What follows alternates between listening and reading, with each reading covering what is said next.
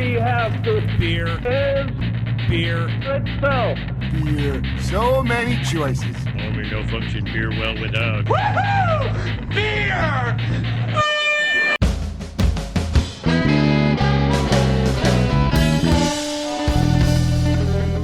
Hello, and welcome to another episode of Beer Busters, where we're going to bring you the news and reviews of some wonderful brews. My name is Dan Baker, as always joined by my co-host and brewologist, Steph Hefner. and our fermentertainer, Wayne Baker. Now, today we are on location, somewhere Steph gets to come quite frequently, Wayne gets to tag along. Once in a while. I've only been here like 2 or 3 times, and I regret not coming here more. We are back at Canal Street Pub and Restaurant, where we were here for Brewphoria a few months ago. We've made reference to that so many times, and I know you're probably sick of hearing us talk about it, but we're going to keep talking about it, damn it. Yeah, it was awesome. But we are joined again by a good friend of the show. We have with us...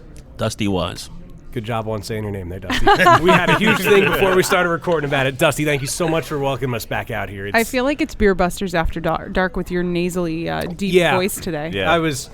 I had a segue planned mentioning that and everything. Oh, sorry, I but blew Steph it. has to, I'm always still in your thunder. Trampled all over yeah, it. I almost used another metaphor that would have been not so timely. But anyway. Yes, you might not hear much of me talking the rest of the episode because I am kind of sick. And last night I didn't have a voice. So we're lucky that, well... Sort of lucky. Steph's doing air quotes. That I have some sort of voice back, but we are, in fact, Beer Busters After Dark. It's taking you through the midnight hour. Yeah. Rocking you here all night long with the smooth jams. Okay, it's done. Thank I had you. to throw smooth in there, of course. Anyway, I'm going to shut up so we can do this. I realized that I said I'm going to shut up so I can talk again. Yeah. Okay, so there is one news article that I have that I found kind of interesting because I've been trying to follow this story, but not so much on the interwebs here. In Florida, you can now officially, legally get a 64-ounce growler. Yes. Finally. Yes. Thank the Lord. Starting July 1st. Because 128 ounces makes a lot more sense, Florida. Seriously. Well, you try to drink and drive with a gallon growler. It's almost impossible. You need a straw. Use straw. Well, yes, starting on July 1st, Florida breweries will finally be able to sell beer in the popular 64-ounce refillable size known as a quote-unquote growler. Don't know why they had to put it in quotes. But Governor Rick Scott on Thursday signed into law a measure that ends the, quote, growler war over craft beer that has been swirling in the state for several years. It was one of 27 bills the governor signed.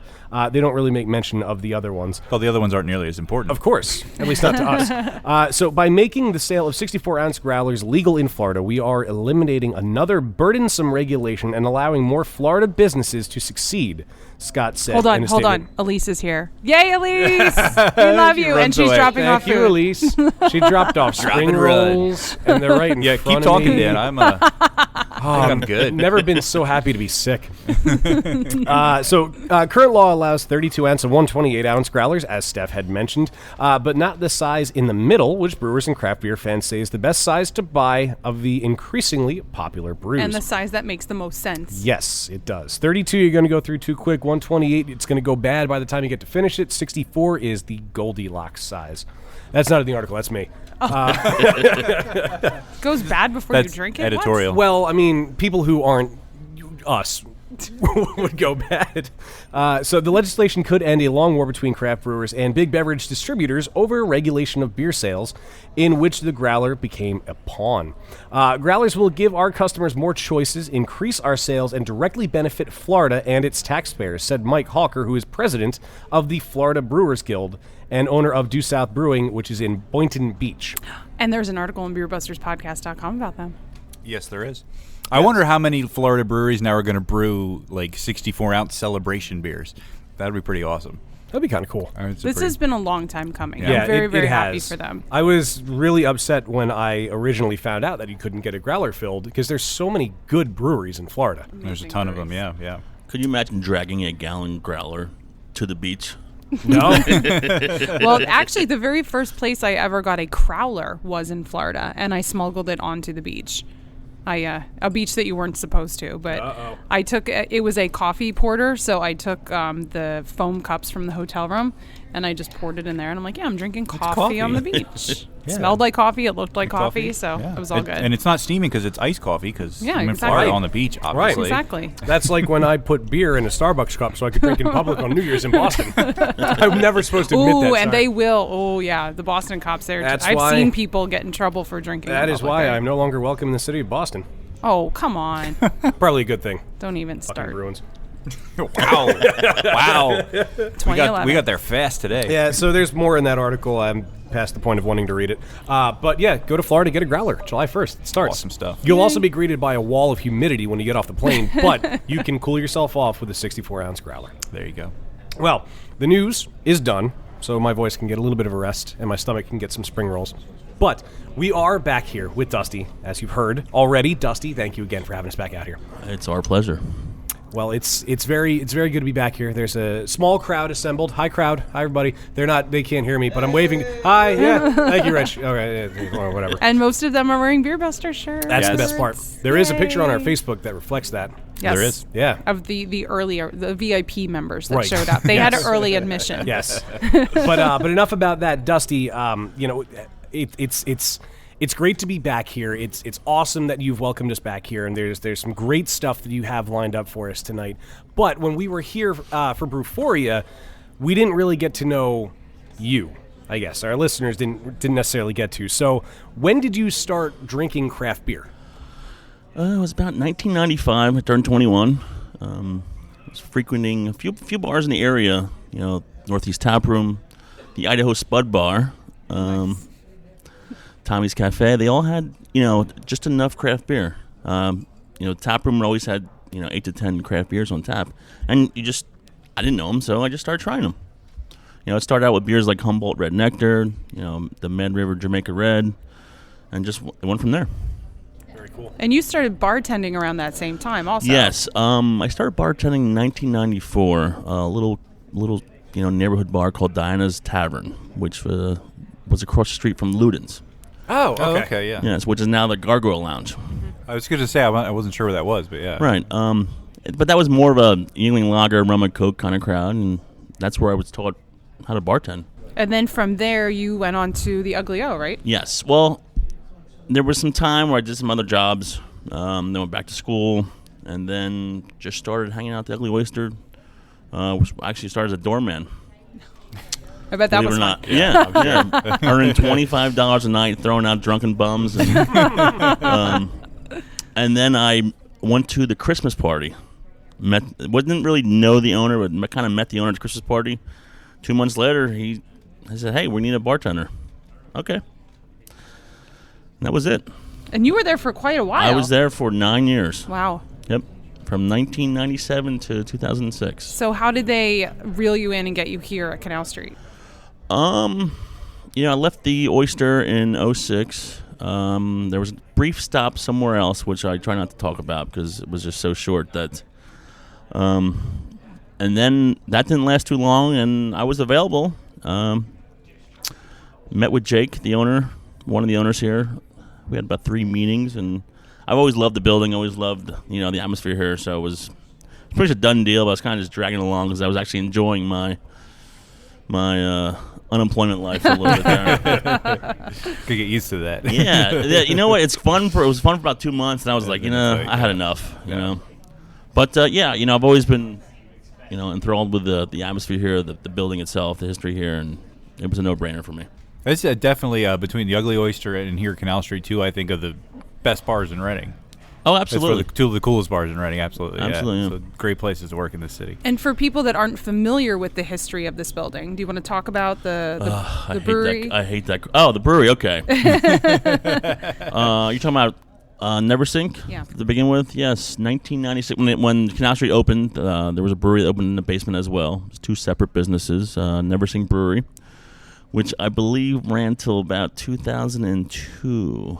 I'm guessing in that number. And then after that, it was Fancy Pants, which was partly owned by Pete Camerano from Northeast Tap Room. He had it for a couple of years, and then it was Legacy. Legacy probably had it for about 5 years, and they went under December of 2009, and now it's no more breweries down there. Nope, nothing down there for 6 years now, almost 6 years, and So it's a little sad. Yeah. Is there any equipment left down there? No, or- no. For a couple of years, it was the Reading River Tribe, which was a canoe and inner tube. Oh, I know them. Yes. I mean, not personally, but I know of them. I've heard of that. Yeah. Oh yeah. He was down there for 2 years, and I don't know. I think he's still up and running. I'm not sure though. So has there ever been any talk of bringing a brewery back, or? Hefner Brewing Company. I don't. Yeah. It's a tough space to work with. It's a good starter space, but it'd be a perfect brew pub. Like if we wanted to, or if we wanted to buy the space and turn this into a brew pub, that'd be a perfect space. But to make it into a brewery, a production brewery, there's not a lot of space down there for that. Too tight, Yeah. Well, and you guys kind of have a brewery here, at least the Burke's Homebrew Club, as I talk about a lot. We meet here the second Tuesday of every month in the back room, and we have our barrel projects aging yes. away. Oh, cool. As you walk in the front door here, so it's kind of a homage to the brewery There that you go. That's a good way to once look was at it. here. Right. Very cool. So I'm curious, when you obviously Canal Street is one of the bars in Reading where you can go and you always have tons of awesome craft beers available on tap. Were you part of that here? Like, was there a lot of that before you came here? Were they really serving a lot of craft beer? Well, or they did were you serving kind craft of- beer, but there was almost like the de facto tap room of the brewery down in the basement. Oh, right. They would always honor 6 to 8 of the taps, and the 12 taps were either Never Sink, Fancy Pants, or legacy beers. So there's always been craft beer here, but never to this extent. Right. So when did you start getting this amount of craft beer? About 2 months into my time here. You acted quick. Well, it only took one keg of Stone IPA to fly out the door, That would do it. Yeah. that was it. Oh, hey. So what are some of your favorite breweries? Some of mine. Well, let's start with PA first. Of course. Good choice. I'm a huge fan of Free Will. Yes, I absolutely. love what they are doing right now between the sour lambics, their new IPA, the Kregel IPA, fantastic. Delicious. Yes. His Pilsner he has on right now. Yeah. Oh. That was really, Wow, really, wow, wow. really Yeah, we good. recently had I'm that. a Yeah. big Pilsner fan. See, I'm normally not, and that floored me how Delicious. good it was. I'm in belief that I hate that some of their styles that are lost right now, like Pilsners, and they're starting to come back. Yeah. But some of the old German styles, the Maibachs, the Pilsners, the Yep. Bachs, they're kind of a forgotten style, and I just like to see more breweries brewing them. Amen. Yes. And I think a lot of Pennsylvania breweries are tapping into that German history in Pennsylvania, and using that as sort of like an inspiration, and people in this area are interested in those sorts of beers. I think more so than you might find somewhere else, and so those sorts of beers are starting to pop up in PA We breweries. definitely live in the best state for Pilsners. Yeah, I think of absolutely. Victory, Dock Street, Yeah. St. Trogs, Boniface. St. Just St. did one. Boniface, Yeah, Yeah. that's a great one. Delicious. Sly Fox, Stouts. There's so many great Pilsners, but they go underappreciated. Because everybody starts seeking out your crazy collaborations, or not even the collaborations, the crazy ingredients, or, just give me your IPA. I just want an IPA. Or even a pale ale, but stouts are huge, but you lose, like you said, the German-influenced ones. Just lagers in general. Lagers in general are not very popular. Yeah. Well, thank God for places like Jack's Abbey. Oh, Yeah. They were recently, they just recently started bringing their beers to Pennsylvania. I know the guys were here and did an event at Canal Street, and talking about bringing lager back. They are the ultimate lager brewery, and just showing that lager can be sexy again. Yeah. Like, you want something hoppy? Here's a lager. What? No. Try this. You know what I mean? Yeah, It's- yeah. And they do sour lagers, smoked Smoked, lagers, yeah. black lagers, wheat lagers. You know what I think it might be, at least for this area too. I mean, we have the German influence around here, but if you go somewhere and you ask for a lager, you're going to Well, get you get Yingling. Yingling, yeah. Nothing wrong with that, but there are lagers out there that are nothing like Well, Yingling and I at think all. in the craft beer community, on a larger scale, was kind of born out of a anti-American light lager, Coors Light, Bud Light. Like, we don't want this. well, We want yeah. something different. So lager, I think, outside of the Yingling area of influence, got associated with that for a really long time. But I think that is starting to change, like you said, with Jack's Abbey. And I think a lot of craft brewers now, are starting to turn to those traditional sort of old world type styles. And I think you're seeing more of that. And I think Do you it's think awesome. you're seeing more of it though because of like an oversaturation of IPAs and the more popular I styles? think it's because the craft beer drinkers that sort of made craft beer become the big mainstream thing that it's become are starting to mature, and I think they're Yeah, starting that's to a good way move to put on and want they don't want to just the hoppiest hop bomb they can find. They're starting to say, hey, I want to try and, they're starting to appreciate a really well-made, traditional style. simple, Yeah. traditional is a And good. the roots of beer, classic beers, Yeah. You have a lot of craft beer is mainstream. You have a lot of people who are the best way to start into the craft beer is start with the lager, start with the pilsners. Yeah. Start with something you already know, but Yeah. that's a step up from the Yingling lagers and the Miller High Lifes and the Budweisers, Yeah, absolutely. I tell you, one of the funniest things you can see, though, is give someone who's never had a Yingling lager, give them a bottle of it and just see their reaction and how they're wowed over. Because West Coast, you don't get something like that that's mass-produced, whereas we're like, lager. Right. We have it shoved down our throats since we were 16. Right. But see people on the West Coast or in the Midwest who don't get something like that. Or even if you move away from the Yes, area and you come back. Our uncle, who lives in Henderson, Nevada, he every time he's out here, that's all he wants is Yep. Yingling. And we're going out to visit him this summer, and he's like, you just bring me Yingling. I just fill the suitcase because he misses it so much and loves it, and he can't get it out there. Yingling, by the way, who was recently allowed Deemed to be craft beer. a craft brewery by the Brewers Yeah, Association. and number So- one in Yeah. sales for it. If you take him Yingling, you have to bring me back In and Out. How? I don't know. Just find a way. Rich is going to eat every In-N-Out burger in Las Vegas while we're out there. Just keep one separate from There's it. like I'll give you 14 Tupperware. of them in Vegas, and his goal is to go to every single single one. one. I'm like, Banned. we're there for 6 days. Their whole See- itinerary. Usually your itinerary Brewery, is In-N-Out, breweries, brewery, In-N-Out, But I brewery, think this In-N-Out. itinerary was more about In-N-Out. What if In and Out so- started serving beer? Depends what kind of beer it is. Yeah, that's true. Good point. Steph would be. What if In-N-Out started serving making their own beer, and it was really good? Oh my! Shake Shack has their own beer, and it's really good. I think Brooklyn Well, someone makes it. someone brews it for Right, them. but it's Yeah, but specifically it's their for beer. them. But it's what if somebody did that with In and Out? perhaps. Especially since they're West Perhaps. Coast. There's a lot of good West Perhaps. Coast. This is a pretty far left We've tangent. we've really cake gone song. off the. What? Perhaps. All right, so free will. Free will, yes. Okay. We'll move on from free will. St. Boniface. Yes. I really respect the way they have gone about it. I mean, they've been, is it 5 years now? They've been open and going into their original space, and you see them brewing on a 1-barrel system, and John sweating his ass off. a teeny little basement. Yeah. You got to respect the way they do it. They didn't rush into it.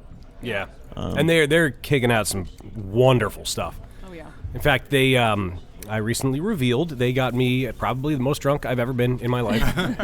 And it's just because they kept pouring the beer and it was so good I couldn't turn it down. And then it made me turn It was down like bacon. our first after party. Yeah. Yeah. It was you- it was a you lot learned. of yeah, learned the real hard way.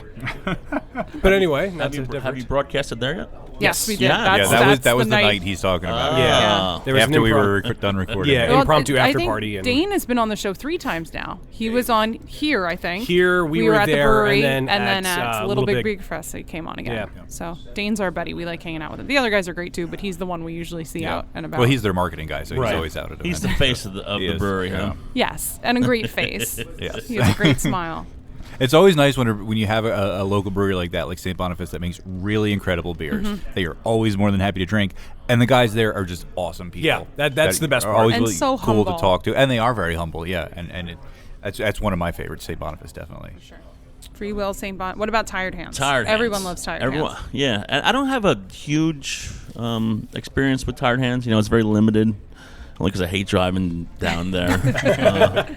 Well, I might be going Sunday, so. Well, you can grab me a growler, but everything I've had has just been fantastic.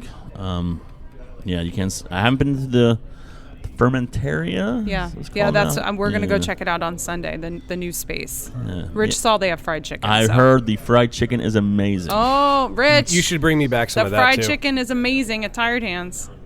That's what the I've word heard. on Double the street. thumbs up. Double thumbs up for I've Rich. heard that and the tacos. Yes. Tacos Oh, are very good. tacos. They should And do they fried have chicken vegan tacos. Vegan tacos. There you go. I'm just full of ideas, man.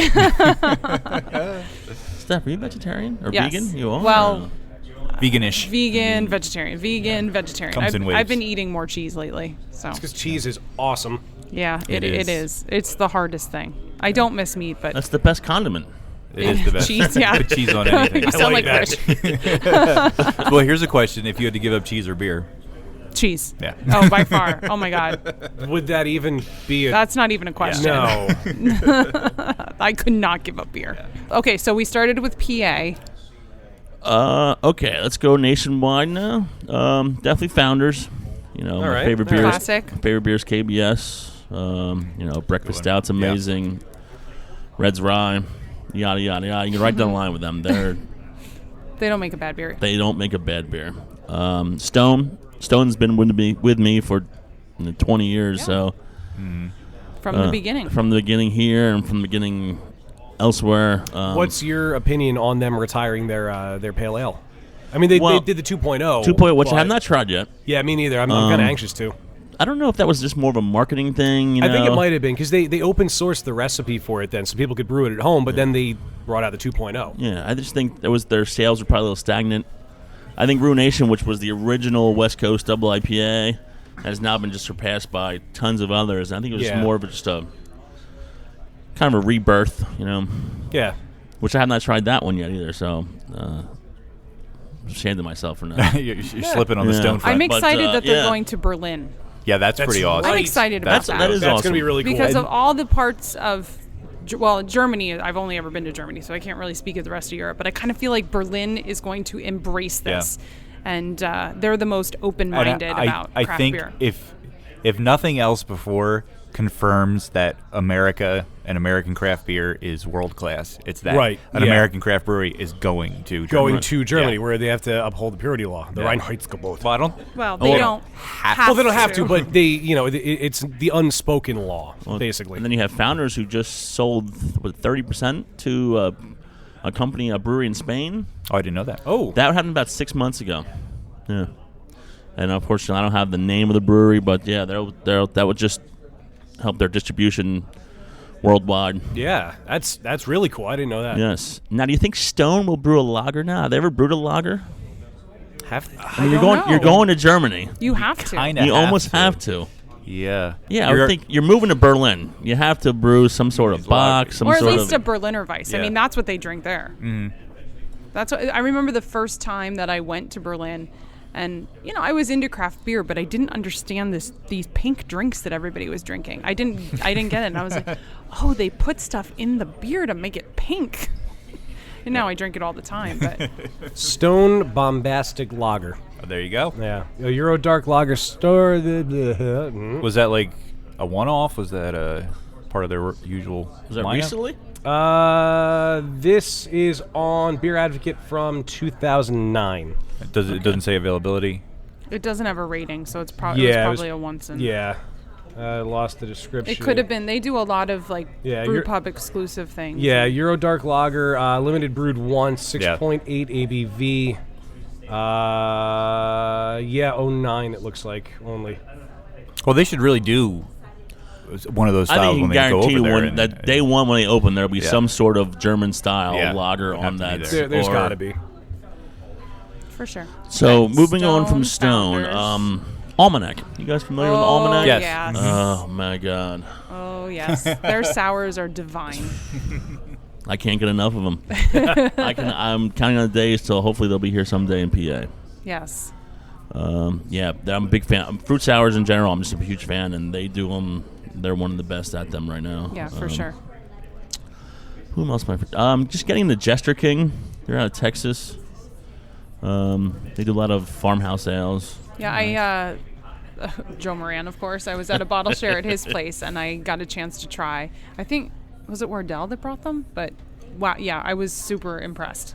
This day and age with all these amazing craft beers, I find it hard to become really, really impressed by a beer because I've had so many. But yeah, they were ones that. And what's the brewery? The beers that Nick Schoenfelder just sent us. Oh, Pseudo-Sue. Who makes that? Pseudo-Sue, Pompeii, Pompeii. Toppling Goliath. Toppling Yes, Goliath. those are awesome. Those really impressed me. Yeah, too. those are really good. Yeah. out of Iowa. It's Yeah, amazing. Iowa's Iowa. amazing. It's amazing the places you hear that are popping up with great breweries. We are Yeah. so Iowa. lucky to have a fan in Iowa. I know. How awesome is Nicholas, Thank you, when Nicholas. you are Thanks, ever Nicholas. in Pennsylvania, Yes. we owe you a beer day. that? Yes, yes, we do. A fan We will take you have a fan in Iowa? Yes, Really? that He sent sent us us a beer. box of beer. He's our new best friend. But Yeah, it's and I pretty saw Bullfrog had a big bottle release recently. I love Bullfrog. Their sours are really nice too. You know, there's people lined up like 12 Oh hours. my gosh! I know. And they weren't even. When did Nick get there? Like midnight, and the line was already like around 3 sides of the building. Yes. Wow. People are just.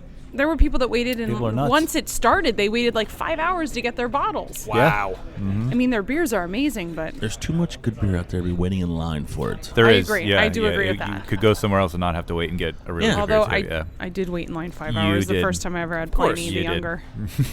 But I did it once. I'm like, I've had it, never again.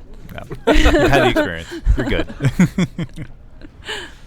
All right, so have we covered most of them? Are there we any did. others? I'm sure there's. I could name them all day. We could just Yeah. talk all It's day. just so hard to about- pick a favorite beer, a favorite brewery. It's. But KBS is probably your favorite, like the top. Yes. If yes. there was one you had to pick, that's good. Yep, I look forward to it every year, and I hoard it when I can. So Tom came to me the other day, said they were going to be brewing a batch of GT's Imperial Stout. That's Tom's Imperial Stout. And he wanted, Which Dusty named, I figured. yes, Gay Tom's Imperial Stout. That's right. That's fine. Let's get it out there. And he was thinking about barrel aging 4 different variants, correct? Correct, yes. And he asked me for my opinions. And the first thing I said, you should go to Premise Made Candies. Talk to them. And I was like, where are they? He Who had are no they? idea I go, you're literally miles down the road. You have like Wonka Land, and you don't even know what you know. No. And so I said that would be my first step. Go to talk to them. What were the ones I said? Pretzel stouts, The pretzel stout and banana split. banana split stout. Ooh, that'd that be sounds nice, yeah. amazing. Habaneros or peppers of any type will not be involved stout. Yeah. Whatevs. I like the way you think. So and obviously he got nowhere with it. So I'm sorry, I was doing this thing called working today.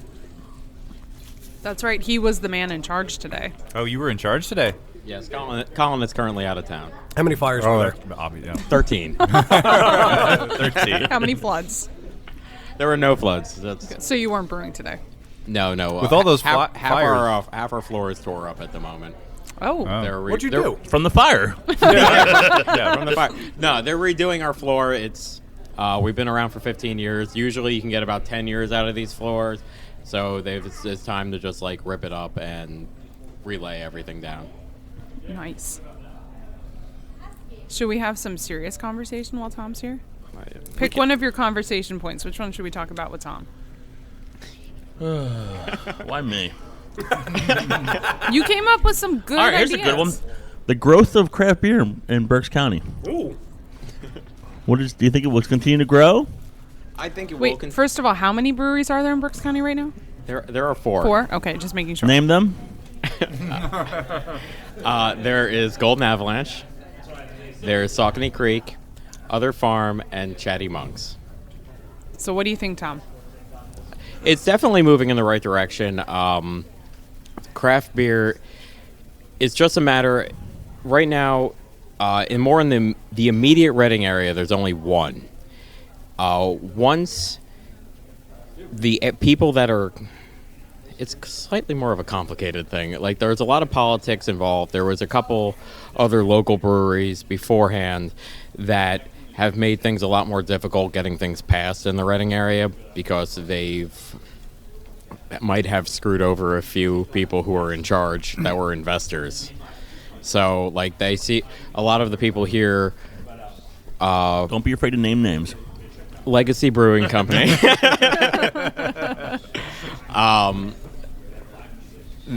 What happened is like a lot of their investors are now currently like on the board of a lot of things, and they hear brewery and they're like, nope, it's just a scam job, and they want nothing to do with it in their current area. Yeah. You would think, though, because this has grown to be what it is, I mean, we're almost back to how many breweries there were in the late 1800s. I mean, it's not just a phase. It's not just... And you think a sort of grudge based on their personal experience with one company You can obviously. It's been like several companies in Berks County that have done that. Okay, like that's so several companies. We do have some great beer bars Yeah, in absolutely. this area. Yes, we absolutely. have the Barley Mow, Brewers right down the street has a great bottle area. Mary's has great bottle. I mean, there are some bottle shops and There's and a lot bars like Canal Street. Canal and- Street's a wonderful bar. And I have to agree. It is. Paradise by the Slice. I mean, Yeah. in Sinking Spring, they had Tom Kehoe, owner of Yards, was there last night. I mean, Yeah. it's amazing in Sinking Spring, Pennsylvania. So even though it would be ideal, I would love if there were more breweries in this area. But do we need more breweries to continue to have a strong craft beer presence in this area? And the other thing too is think of how many breweries there are within a not so bad distance. And how many can the county support economically? I mean, you don't want That's the market bigger, to get too crowded, yeah. and they start squeezing each other, and Beer is a very communal thing. Mm-hmm. Like the more local it is, the more that brewery is involved in their community. Yards is a good example. They have Tom is involved in everything down in Philly. Like you can't cross anything because it's a very beer. Like beer is a very social thing. Like no one goes to a bar to be left alone to sit in the corner. Yeah, but from a business perspective, I know an interesting thing when we recently went to see the screening of Blood, Sweat, and Beer, and they had the Q&A afterwards with the filmmakers, documentary about two breweries and their stories. And they had a Q&A afterwards, and somebody said, the craft beer industry as a whole is very communal, and, breweries support each other, and there's not really a lot of, actual competition. There's a lot of collaboration, and they said, how long do you think that'll last? And a statistic that he mentioned I thought was really interesting is that there's 7,000 wineries in the United States, and there's only 2,500 breweries. So there's plenty of room there. Yeah. Craft beer is also being 3,464. 3,464. It goes up Thank you, Steph. exponentially. Whoa. It's been a crazy minute and a half. A lot of craft beers also related to the same aspect as artisan coffees and stuff like that. Mm-hmm. Like 10 years ago, Folgers had 90% of the market. Now artisan coffee is 75% of the market. So if you even consider craft beer to be half that market, craft beer is currently it's under 10% of the entire market. I want to say it's like 7 or 8. Yeah, it's 7.5%, 8%. Yeah. The entire market, and that includes Sam Adams. 11%. It's 11%. I'm not going to Okay. have to do my Know Your Beer segment. Okay. That's right. That's your new Okay. segment. But that includes Sam Adams and Sierra Nevada, who are doing a massive amount of quantity. And I guess it includes Yingling, Yingling too. now. and would now, Yingling, and yeah. yes, and Yingling. That's a good point. If you take those three out, you're probably knocking off 4 or 5% easy. Right there, yeah. But then going back to the point of breweries in Berks County isn't a hugely populated county. I mean, Reading's got a decent-sized population. I don't know if it's got a strong population in the craft beer demographic necessarily, but there might be enough room in the craft beer industry nationwide. But how many breweries can a neighborhood or a county support before they start stepping on each other's toes to the point where it becomes a legitimate business concern? I don't even know that the how many is the issue. Right. I think that just because it's a new brewery opening doesn't mean it's positive for the beer industry. Yeah, that's true. I mean, you have to offer a good product. You That's- have to yeah. have a good business. You have to offer good customer service. You have to give people a reason to come there. I mean, it's not just, a brewery's opening, success. Right. Well, I think there is a bump that you're going to get because craft beer Oh, yeah, is because so... there are those of us that will go Yeah, to every right. single And- brewery that yes. opens. But And there's a lot of people that think to drink craft beer a lot more casually than used to, who will go just because it's craft Yeah. beer. Another thing for Steph's point here is imagine if you've got your craft brewery that's opening up, and your first day, you've got somebody that's from that neighborhood that says, "Oh, I've never had craft beer," and they go in and they drink your beer. If it tastes like shit, you just turn somebody off to craft beer, which could have opened up so many doors for them to support so many other local businesses. don't fuck it up for the rest of us. Yeah. Yeah, and that was actually, there was a post on social media recently about having a dump fund, about breweries should have money set aside so that if one of their first batches is off, they can afford to dump it out and not Yeah. be forced to sell it to stay afloat. Because that's really important, and for those reasons, and for the brand. I mean, you don't want even somebody who's discriminating or knowledgeable enough to walk in and say this beer is crap, but that knows craft beer, Yeah. you know, that person may never come back to that place, even though your next batch may be fantastic. There was a brewery I went to, Yeah. and I got a flight, and 4 of the 7 beers I had were Band-Aid. Yeah. Major infection, and not just like a hint. I mean, even Rich, my husband, who does not drink beer, he could pick it out, that off flavor. And the thing is, and they knew it exactly, but it's the Dump financial it. pressure. Don't sell it. Yeah. I have not gone back, and I don't want to go back. I mean, if you are going to make me pay for that beer, and you want, no, I'm sorry. Yeah. You need to make those. If Dogfish Head can dump 120, you can dump this. Yeah. I'm sorry. At the end of the day, it's also one of those things. If you want to get into the brewing industry, it's the same old proverb. If you can't afford it, if you have to ask a question of the price, you can't afford it. So if you can't afford to be like, oh, this batch is really infected, like, but I really need the money, I'm just gonna call it like some weird hop that I got because that seems it's a sour. It was meant to be. that I've gotten that excuse on like 2 different places where it's just like I walked in, it's just like this. It's just like this is some weird New Zealand hop, experimental New Zealand hop. I was just like, No, it's not. I was just like, no, that's an infection. Yeah. Well, and I think that a lot of beer drinkers are becoming more knowledgeable and learning Yeah. about their beer. And it's not just going and being like, oh, this is interesting, this is different. No, I think a lot of craft beer drinkers are learning how to notice those off flavors and know when something is off. No, which I think is absolutely. good for the business because Absolutely. it's going to make brewers have to step up a little Yeah. bit and say, I can't put out this. Well, I hope they say I can't Yeah. put out this But product. how much of that pressure to serve off beer when you first open comes from either jumping in before you're ready and not having the funds behind you and not having a contingency plan if your first batch of beer is terrible or infected, and how much of that comes from the fight for market share? Like that was my original. Going back to my original point was how much. A lot of tangents on this. You're asking episode. a lot of questions. I am. Well, it's an interesting topic, but I was just wondering at what point does the competition for the market share start to erode the camaraderie that has classically been part of craft Yeah, beer? that's a good I point. think Dusty should answer this question because you kind of live that. I mean, you have taps here. People compete for your taps. It's a big question. You threw me that question. Well, it's big. I feel like you're the most qualified to answer it. Okay, now what's the question again? Sorry, Rich just had to dive in and grab some meat real quick. At what point will the pressure of competition and the competition over market share for craft beer start to erode the camaraderie that has been part of the craft beer industry for so long? Oh, it's cutthroat right now. Yeah. Craft beer is cutthroat right now. You, I don't want to put this. You know, the everyday IPA is not good enough for people anymore. Mm-hmm. The everyday Pilsner is not good enough for people anymore. If it's not 1 week fresh, 1 week old, and rare and hard to get, people don't want it.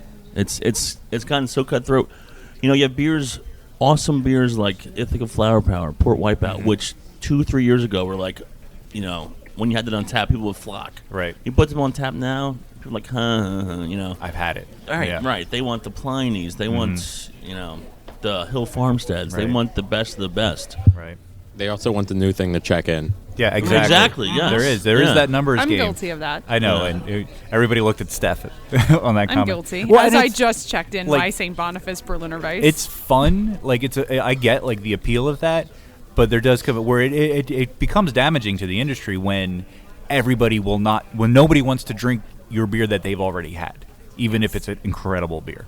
Well, but it also pushes brewers to constantly think Yep. about their brand and push their creativity. And I think a good reason why a lot of brewers get into the craft is because it is an art and because they can be creative. And I know brewers that have worked for well-known commercial breweries that have left because they're sick and tired of brewing the same beer over and over again. So, you know, I know this is something that Jim Cook struggles with, you know, going into Boston bars and, you know, his lager is not on everywhere anymore because other breweries are taking the spot. And you know, yeah, those breweries that have been making amazing, good, solid beers for so long deserve to have a spot. But you also have to move along Right. and push your company as well and do more. And I think Sam Adams is doing that, and a lot of other breweries are. But I mean, it can be a good thing and a bad thing, I guess. So It can be. to that point, do you think that's indicative of how beer overall is going? Because craft took off mostly because people were tired of Bud Miller Coors, the big ones that you can get everywhere. They wanted something else. So people are now getting tired of the craft, and now that Bud Miller and Coors are doing other things. One of them, I think Miller, the Crafty crafty beers. ones. Could that be related to this? Well, and for me, that's just. Or do you think I they're want to grasping put at my straws? money in what I believe in and what I Right. want to support. Well, and sorry, I didn't mean to interrupt. No, you. go ahead. I talk too think, much. I think, as far as like the American beer market moving away from your traditional light American lagers, I think that's a toothpaste out of the tube thing. Like, I don't think there's any, like, they're never going to have the market share they used to have, no matter Right. what happens. Like, it's just, I think cat's out of the bag and a number of other cliches and metaphors that I might be able to use to describe the situation. But I don't think, because the crafty beers, and because the other thing is, Shock Top and Blue Moon have been out for a while, and when they were first around, people drank them and talked about them, and then when the whole sort of consciousness came around, like, wait a minute, these are owned by the same companies that own Budweiser and Coors and all of that. And I just feel like the consumer mindset when it comes to beer has been changed irrevocably. So if you think the ownership came into play with it, do you think people are going to react the same way with those bigger ones buying the craft breweries? Like your girls come from a company that's I love now my owned girls. by... I don't care who their pimp is. All right. I love Goose Oh, Island. Sophie. I love Sophie. But then you also get on this, those of us that are the fans, you get into this snobbery that I become very disgusted with. I mean, it's okay to be an educated beer geek, but I think when it goes into snobbery, I think it gives the whole industry, both brewer and drinker, a bad name. Remember, That's beer not isn't what we're made to about. be fussed That's not over. what we're about. At the end of the day, a good beer is a good beer. I don't Right. give a damn who makes it. Right. That's where, for me, it boils down to. Dusty, It's me banging my head on the bar. you deal with this every day. Every day of my life. Oh, I can only And imagine. It's, I'm trying to. White bitches love pumpkin. Who was that? I forget. I think that was amazing. Yeah, that's right. Mark. That's right.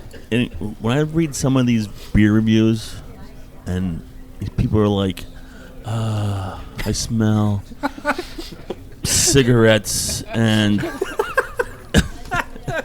an ashtray and pumpkin and the weather's 78 degrees and sunny and I'm like, fucking shut up.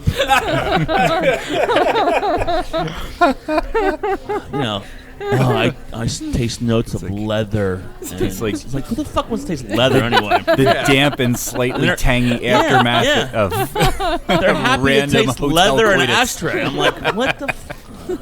Shut the fuck up and what- drink it. What the hell are you? What the hell are you licking when you're not drinking Oh beer? man, Yeah, where's your frame of reference for that anyway? Leathery is on the beer wheel, I yeah. think. it well, is. let- Beer yeah, flavor yeah. wheel. Just Yes, saying. it is. Just Oh. saying. It is. It is. Yeah. And so That's is not Caddy. So, like, with leathery, is it... Well, it's again, like you this- know the smell of leather, so you kind of know the taste of it as well. But Yeah. Well, I kind of liken that to, like, jerky, because it's dried out meat. yeah, but And jerky leather's does. dried out. I mean, But jerky doesn't taste like a baseball glove. true. Well, it could, if it's done wrong. It could. But anyway, so you encounter this all the time, I'm sure. Every fucking day. Oh man, it's frustrating. I'm trying not to bash my customers or just beer geeks in general, but some of them need to get lives. They really do. But there's a difference between appreciating and being able to describe it, and then reaching for that and trying to make yourself sound like you know everything there is to know, and anybody who tells you anything different should just go to hell. And I Wait, think, I do know everything, right? yes, you do. Yes, when it's Steph, you comment. just You're smile not married to her. Don't lie to her. Well, given that That's Rich's. That's Rich's. we're job. business blood. partners, so we might as well be. So I kind of, but I think that happens in anything that has a fandom that gets really big. You get those people who just become obsessed. And I don't think like people who write those reviews and talk about beer in that sort of way, they don't really love beer. They love the attention they get Absolutely. from checking in beers and talking about them like they're A lot of times now, it's not the beer itself; it's the chase. yeah. Yeah, that's a really good way to put it. Yeah, it's waiting in line for 10 hours. It's you're more of a spectacle, Yeah. not because you're getting it. It's because not because you're drinking the beer or enjoying the beer. It's because Right. you're getting the beer. Yeah. It's And like then you dating. take It's a all about picture the of it chase. and post it on Facebook, and you're pretty much saying "f you" to everyone else who didn't get it. you know? Yeah. It's And not that I'm enjoying this ultra rare beer by myself. It's not that I got this beer, I drank this beer. It's that I was here. I was. Well, you know. I have to point out with what you just said, Tom. There are the people out there who will get the ultra rare beer and split it with their favorite podcast. And one of them is here tonight. Yes. Sorry, Bart just walked in and he's. We had Westy Schmoozing. 12 because of Yeah, Bart. We're talking We had- about you. Okay. My ears are burning. My ears are burning. At the end of the day, the best beer in the world is beer shared with a good friend. Yes, Absolutely. It's By it, far. boils- it goes right back to that camaraderie that should be there and should always stay there because it's all about the experience, And Yeah. who you're with. Right. For like sure. you go to a lot of breweries, but you go with Rich. Mm-hmm. And I bring a lot of beer home, and usually I'm sharing it with you us, guys. Yeah. So Or a lot of the people in this room Yeah. right now. right, and that's the thing. You have your beer friends. We mentioned that before. You have your beer friends because it's something that you can all be on common ground about. Share your opinions in a respectful way, and You know what? and be better for. I came to a conclusion a few weeks ago. Okay. I only want to be friends with beer people. Wow. Let's hope your non-beer You're friends the- don't hear that. No, I was hanging. They won't because they're not downloading That's the true. podcast. That is a very good point. Well made. I realized that it's no fun when I'm drinking a beer and I want to talk about it or say something about it, and people look at you like, You know what, though? There's a very pleasant surprise when you mention a beer to somebody you don't think would be that kind of beer person, and then they know exactly what you're talking about. that's true. That's a good point. I've been surprised with that with friends I've known for years. I never took them for beer people, and then oh yeah, I had this. I can't even think of one right now. But I had this beer, and I'm like, oh, I didn't realize you would know that. They're the people that I tailgate Phillies games with who hand me Miller Lite, and then they're talking about some rare IPA from a brewery out in California. Once again, the best beer in the world is a beer with a friend. Exactly. If it's And Miller, that's- if it's Miller Lite, or if it's a rare beer from that we can't get over here, from California, it's about having the good time and being social, and it's the Yep. And That's not exactly being right. a D-bag. And not being a D-bag. About Yes. not being a D-bag. So, Dusty, before we move on from this incredibly long but awesome interview segment, I quickly want to mention some of the really awesome events that you guys have here. Obviously, Brewphoria, we've been here for. Sip Fest is always a great time. That it wasn't that long. That was pretty recent that one happened. April And 11th, I believe. That's right. And then And the Thomas Ugly slinking Christmas away. Sweater Party that I've been to a few years in a row now. That's always a good time. Yes, that started, I think, 3 or 4 years ago. That's just old beer I have laying around in the cooler downstairs. And great raffles. And great you raffles, give away yes. some amazing stuff. And the best that part night. about that night is we raffle off beer. It's a gift that keeps on giving. That's Yeah, right. yeah. And at Sip Fest, you have you had a firkin, I think, from Jack's Abbey this Yes, year. Sipfest was a little different this year. In previous years, it was just all firkins. Now this past year we did it was like a 6 brewery invitational. We invited a brewery to bring a firkin and a beer for our taps, and we did a food pairing with each one of the firkins. I saw which- Dan's eyes light up. and then of course we did the pig roast and the pig roast and the buffet yeah. that goes with it. Nice. Mac and cheese and all that other Oh, good. that mac and cheese. Yeah, that's every spring. Brewphoria coming up November 14th. So what was your favorite part of Brewphoria? All of Besides it. the mac and cheese. The mac and cheese. Yeah. All of it. The pint glass I got to take home. Yeah, I use that a lot. Yeah, me too. No, it was getting to have such great local breweries under one roof at the same time, and everybody was happy to have it. And even the breweries, you're saying your craft beer can be cutthroat, and everybody's vying for the same taps, and we understand that can be a tough thing. But when you have at a beer fest like that, all the brewers are friends. And all Right. all the reps. So even when we were at Little Big Beer Fest, everybody was happy to be there with each other. And it was the same thing when we were at Brewphoria. We had We had the guys from Evil Genius, and then Tom found his way finding a microphone again.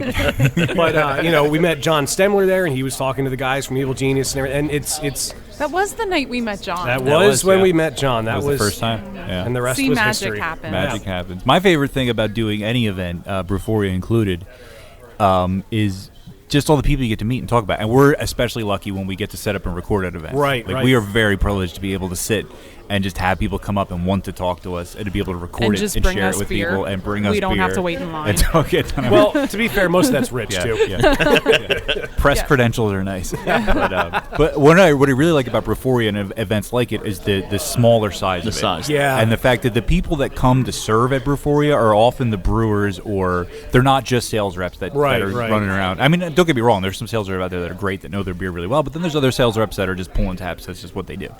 Yeah, what's nice is we'll have the same 10 breweries every year. People who just the guys who just want to be here every time. Yeah. They love the event so much.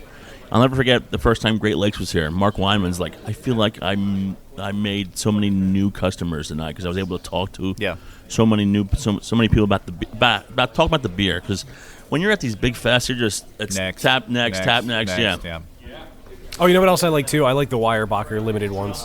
Yeah. That was awesome. Tango. The Tango. Yeah. Yeah, they love this show. They'll do it every time, and they totally so do it up. cool. That's awesome. Can we drink some beer? Yeah, I was just gonna say we we've should been talking about it wash for a down while. the food that we were eating while we were talking.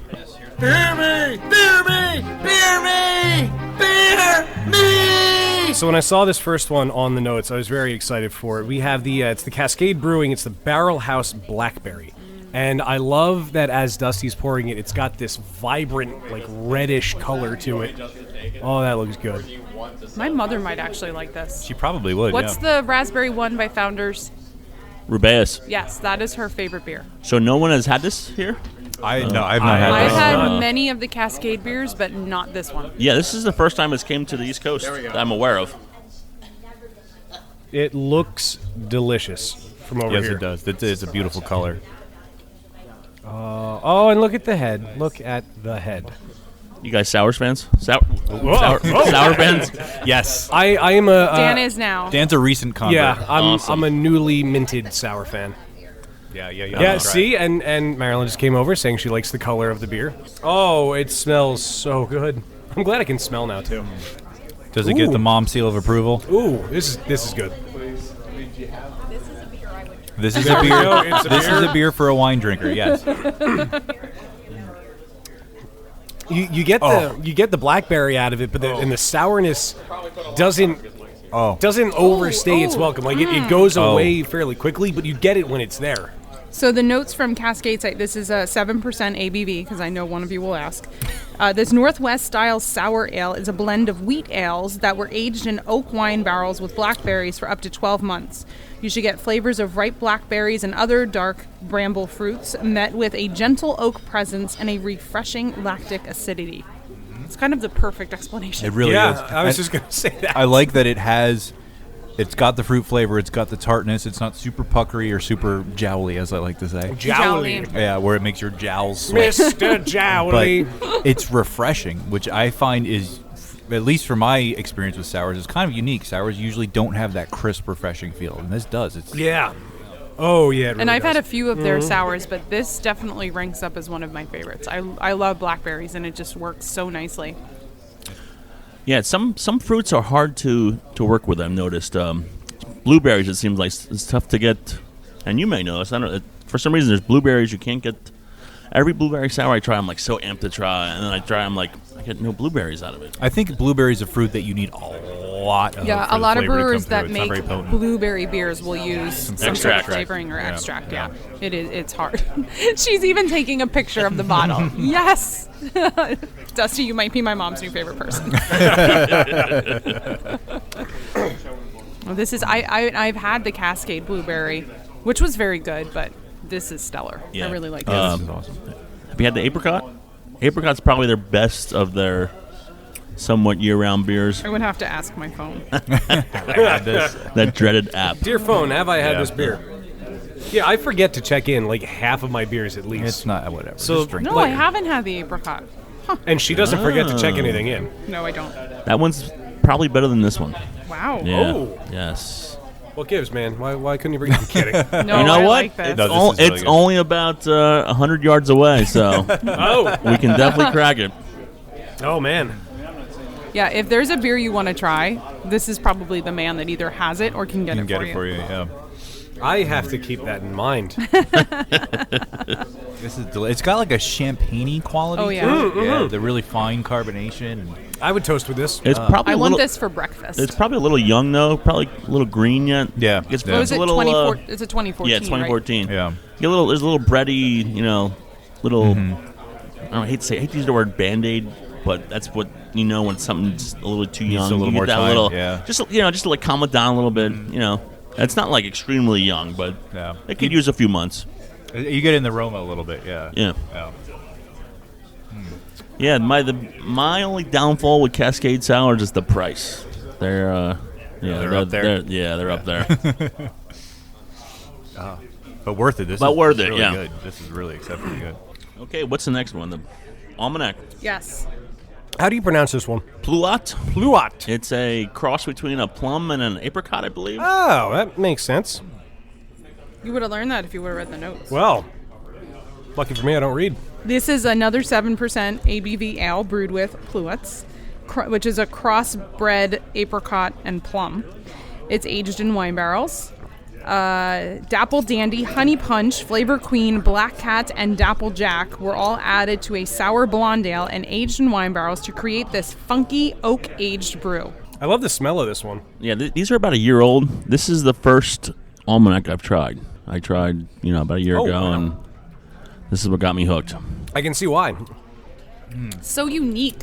It really is. Yeah. Like, if you didn't know what the fruit was, I wouldn't put those two together. I wouldn't pick those out. I still don't know what a Pluot is. Even though I know what it is, I don't know what it looks like. Yeah. That's. I think they odd. sell them at Sam's Club. Do they really? I think so. I think that's the first place I ever saw I really one. thought that sentence would have ended with like Whole Foods but not Trader Sam's Club. Joe's. Trader Joe's, Trader not Joe's. Sam's Club. No, I'm serious. There's a flavor that kind of mellows and sneaks in after that sourness. I can't put my finger on it. And it you think it's going to be a lot more puckering and tart than it is. Yeah. Because it kind of hits you, but then it backs off. It's really citrusy at the end. Yeah. I might be crazy, but I'm getting ginger in the aroma. Am I crazy? You might be crazy. Then again, I can't really smell that well right now. So There's some in that one, I'm too. probably just crazy. I'm kind of like, I'm more like pineapple-y maybe. And maybe Like that's one of what, those really acidic, citrusy kind of fruits, but tropical. I really like wine barrel aged beers. I like bourbon barrel aged beers. I like them when they've been in the bottle for a while and had time to sort of mellow out. And Is there a barrel they're missing? They've went from bourbon to whiskey Wine, to wine and to then maple syrup tequila. to Tequila. tequila. yeah, is there another Gin. What else? They're doing gin. Yeah, okay. Yeah. Yes. Barrel of monkeys. I don't. oh, there you go. I've done brandy. What about I feel like there's some barrel they're missing, and then someday someone's Gotta be Jägermeister. one. Jägermeister. Is that in a barrel? Is that barreled? I at don't all know. At any point, I don't know.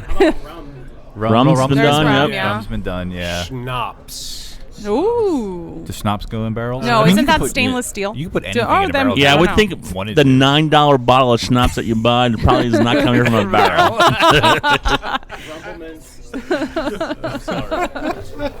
Barrel-aged Rumpelmints IPA. There you go. 27 ABV. Yeah, so I feel like there's a barrel they're missing. I don't know what it is. Well, I guess we just have to find it and Trying to make think of something out things it. other than liquors that come in Yeah, barrel. I mean, you what's- mentioned maple syrup. Oil. Oil. There you go. That's what they're missing. No. Oil Talk barrel about a head killer. Talk about a U killer. You drink an oil barrel aged beer, I don't think it would go down very well. You'd have some issues. Talk about Shut a up. you killer.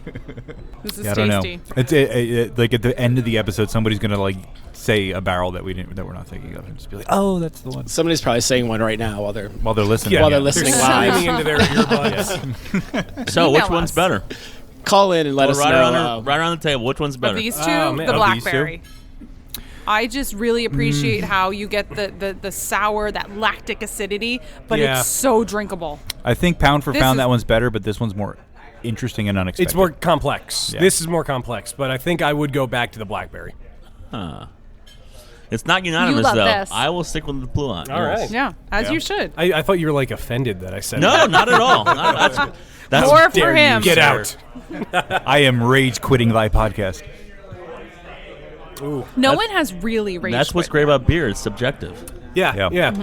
As They're long as you both can, amazing as long as you beers, can though. respect the other opinions, that's where it comes down to. You know what I really hate going back to beer reviews? When someone like trashes a beer, like an IPA, and they'll like at the end they'll go, "Oh, but I hate IPAs." Then why would you? Why'd you order You one? were already biased.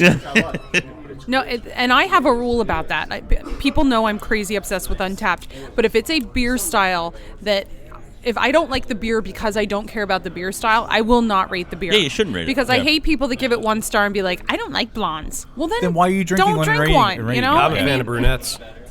well, as you should be, because brunettes are awesome. But, I have that rule. Like, I want to be able to try something because I'm not a huge Belgian fan. I don't love Belgian beers, but I want to try them because I want to understand them, and maybe one day I'll find one that I really love. But if I don't like it because of the style, I'm not going to rate it You know, poorly. Yeah, the it's only not fair. style of beer that I could think of off the top of my head that I just don't really like, and it's one that not many people do, is shandies. It's Yeah. like the only style of beer I'll be like, no, I'll pass. How can you not like a shandy? I don't like shandies. You've never been to Germany. Okay, well, maybe I've never had A a good real one. shandy? Yeah, Yeah. if your experience with the shandy is Leinenkugels. Well, no, I've had others, not just line. Yeah. So is that the first stone German beer, a shandy? There you go. There you go. Yeah, there you go. If your shandies have a mustache on them, then maybe. Well, now that we have a little beer in us, should we play a game? I want to play a game. Anyway, Would you like to play a would game? you like to play it? Anyway, Wayne, what do you got? Well, those soothing, melodious sounds invading your listening bits can mean only one You're thing. listening. It's time once again for the first and only podcast trivia segment to be clinically proven to improve mental faculties and impart a vague sensation of omnipotence. Happy fun time games. Today, we embark upon a mild variation of the often imitated and rightly venerated continuation of the beer education of the Beer Busters Nation that is libation or fabrication, this time beer or band edition. It Dun, may dun, be dun. imitated, but no one does it like you, Wayne. That's right. No one does it like you. The original and the best. You hear that? Other podcasts out there that are stealing my games. Yes, there will be, as always, a veritable litany of ludicrously labeled libations alongside, not as always, some fabulous fabrications, but instead a menu of musical monikers. That I will give alliteration you- kind of hurt. I will give you a name, and you must decide, is it a beer or is it a band? My ears get dizzy sometimes when I'm listening to him. Yeah, it's like I'm Does trying that to happen? concentrate on what you're saying, and then I I just listen to the kinda- recording back later. You'll, Yeah. Bart, Well, are you that's- playing too? I can slow I'm it down in. when I. Yeah, Bart can play too. Bart's Yes. in? All right, Bart's in. I'm adding Bart to the score sheet right. officially. Okay. Would you guys like me to give out a couple prizes maybe for winners for this? Oh! Spice it up a little bit. Yes. I'm winning. I have a couple nice prizes. I got Nice. some tickets to St. Bonifest. Ooh. I want. Do you have another bottle of Westy 12? I do not, unfortunately. I have the bottle. It's empty. bottle, but it's empty.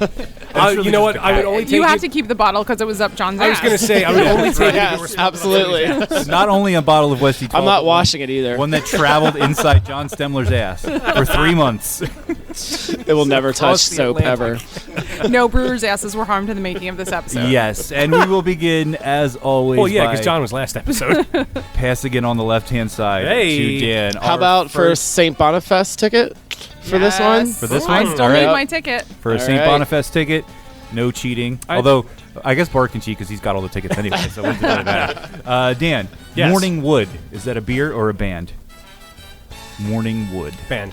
Dan is saying it's a band. Steph?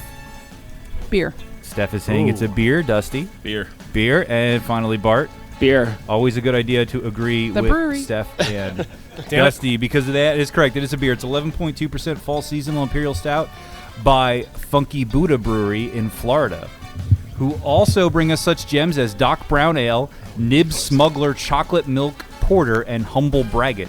Yes, As my mom in the background's going, we were there. Morning Wood is a real beer and also what people would be doing at Pinocchio's funeral. So, Steph, Dusty, and Bart get that one correct, and I Woo. suppose they win St. Boniface tickets. All right. I guess No, I'm giving I out 3. Wait, I thought it was who won the Whoever game. wins You the can't game. give away all of Bart's stuff. Tickets for everyone. We should let our listeners Yeah. that are here win some stuff too. Absolutely. Yeah, Absolutely. definitely. Yeah. All right. So the winner of the game will get the St. Boniface ticket. Sweet. Okay. All right. The winner of the game winner of the game, and then we have to come Mom up with wants to some. play now. Well, all right. So our next one goes to Wes, Steph, no cheating. who's going to go first, and this is Fuzzy Baby Ducks. Is that a band or a beer? Beer. Steph is saying that's a beer. Dusty, what do you think? Beer. Beer as well, and Bart. I'm gonna say band. Bart is going to say band, and finally Dan. Band. Band says Dan, agreeing with Bart. Oh, you poor souls. Not a good idea because it is, in fact, as Steph knows and Dusty, it's a beer. Beer. It's a 6.2% single hop IPA by New England Brewing Company in Woodbridge, Connecticut. I guess I'm not going to St. Boniface. It's the third single hop beer, their third single hop beer brewed with 100% Citra with, quote, juicy, resinous, orangey hop flavor, which may be one of my favorite phrases, which certainly describes Citra, though not so much Fuzzy Baby Ducks. Moving on to Dusty for the next That's a hell one. of a band name. Though. It would be a great band name. It would be a good band name. And this next one is Pure Bastard Extract. Is that a beer or a band? Wow, I gotta give you credit. Pure Bastard Extract. I'm going band. You're going band on that one. Bart, what do you think? I'm gonna go with band. You're going to go with band as Because it's well? against my instincts. All right. Dan, what do you think? Dusty, what did you say? I said band. He said band. I'm going to go band. You're going to go band? All right. Good strategy, Steph. I'm also going to say band. Everybody is saying band. Everybody is correct. It is, in Yay. fact, a Alright. band. Pure Bastard Extract, or PBE, was an underground Detroit punk band in existence from 1992 to 1999. They released one album entitled Pluck Your Magic Twanger and appeared on 2 compilation albums, Detroit is Distraught and Feisty Cadavers and the Brotherhood, a tribute to Steve Crass. They probably led to the collapse of the city. And moving on, and Bart's going to go first on this one, and this next one is Drunken Camel, beer or band? Drunken Camel. I'm gonna stick with band. You're going to stick with band again? Dan, what do you think? I'm trying to get a read from Dusty.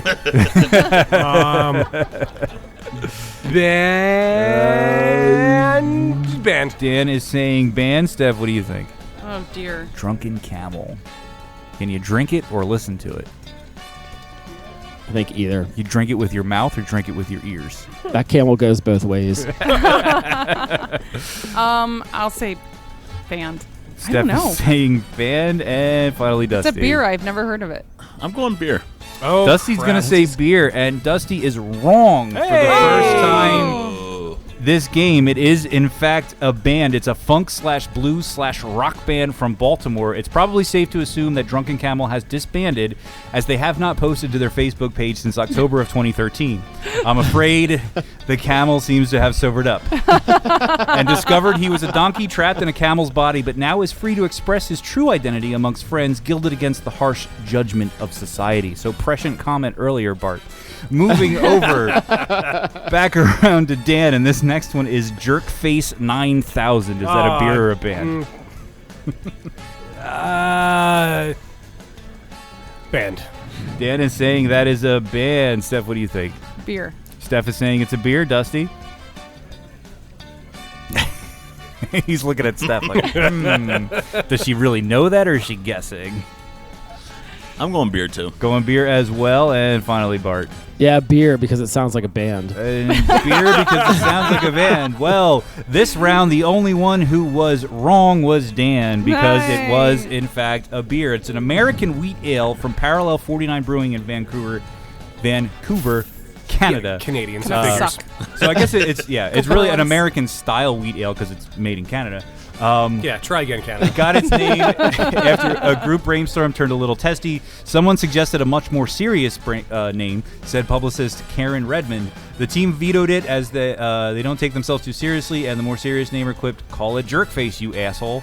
All in fun, of course. So Jerkface 9000. You need a better name, eh? Is a beer. And Steph's going to go next on this, our last entry of the game. And this is bonus points if you know the fun fact about this name. Oh, jeez. Emily's Sassy Lime. Beer. Steph is saying that's a beer, Dusty. Band. Dusty's saying it's a band. Bart, what do you think? I'm gonna go with band. You're going to go with band as well. And finally, Dan. Band, and the fact is that there's no limes. No. Interesting fact that you could know just by the name. Anyone in the audience? Emily Sassy Lime? Anyone? Bueller? Oh, no. Bueller? I think I know where it's going to go. No. Emily Sassy Lime is a band, and it is also a palindrome.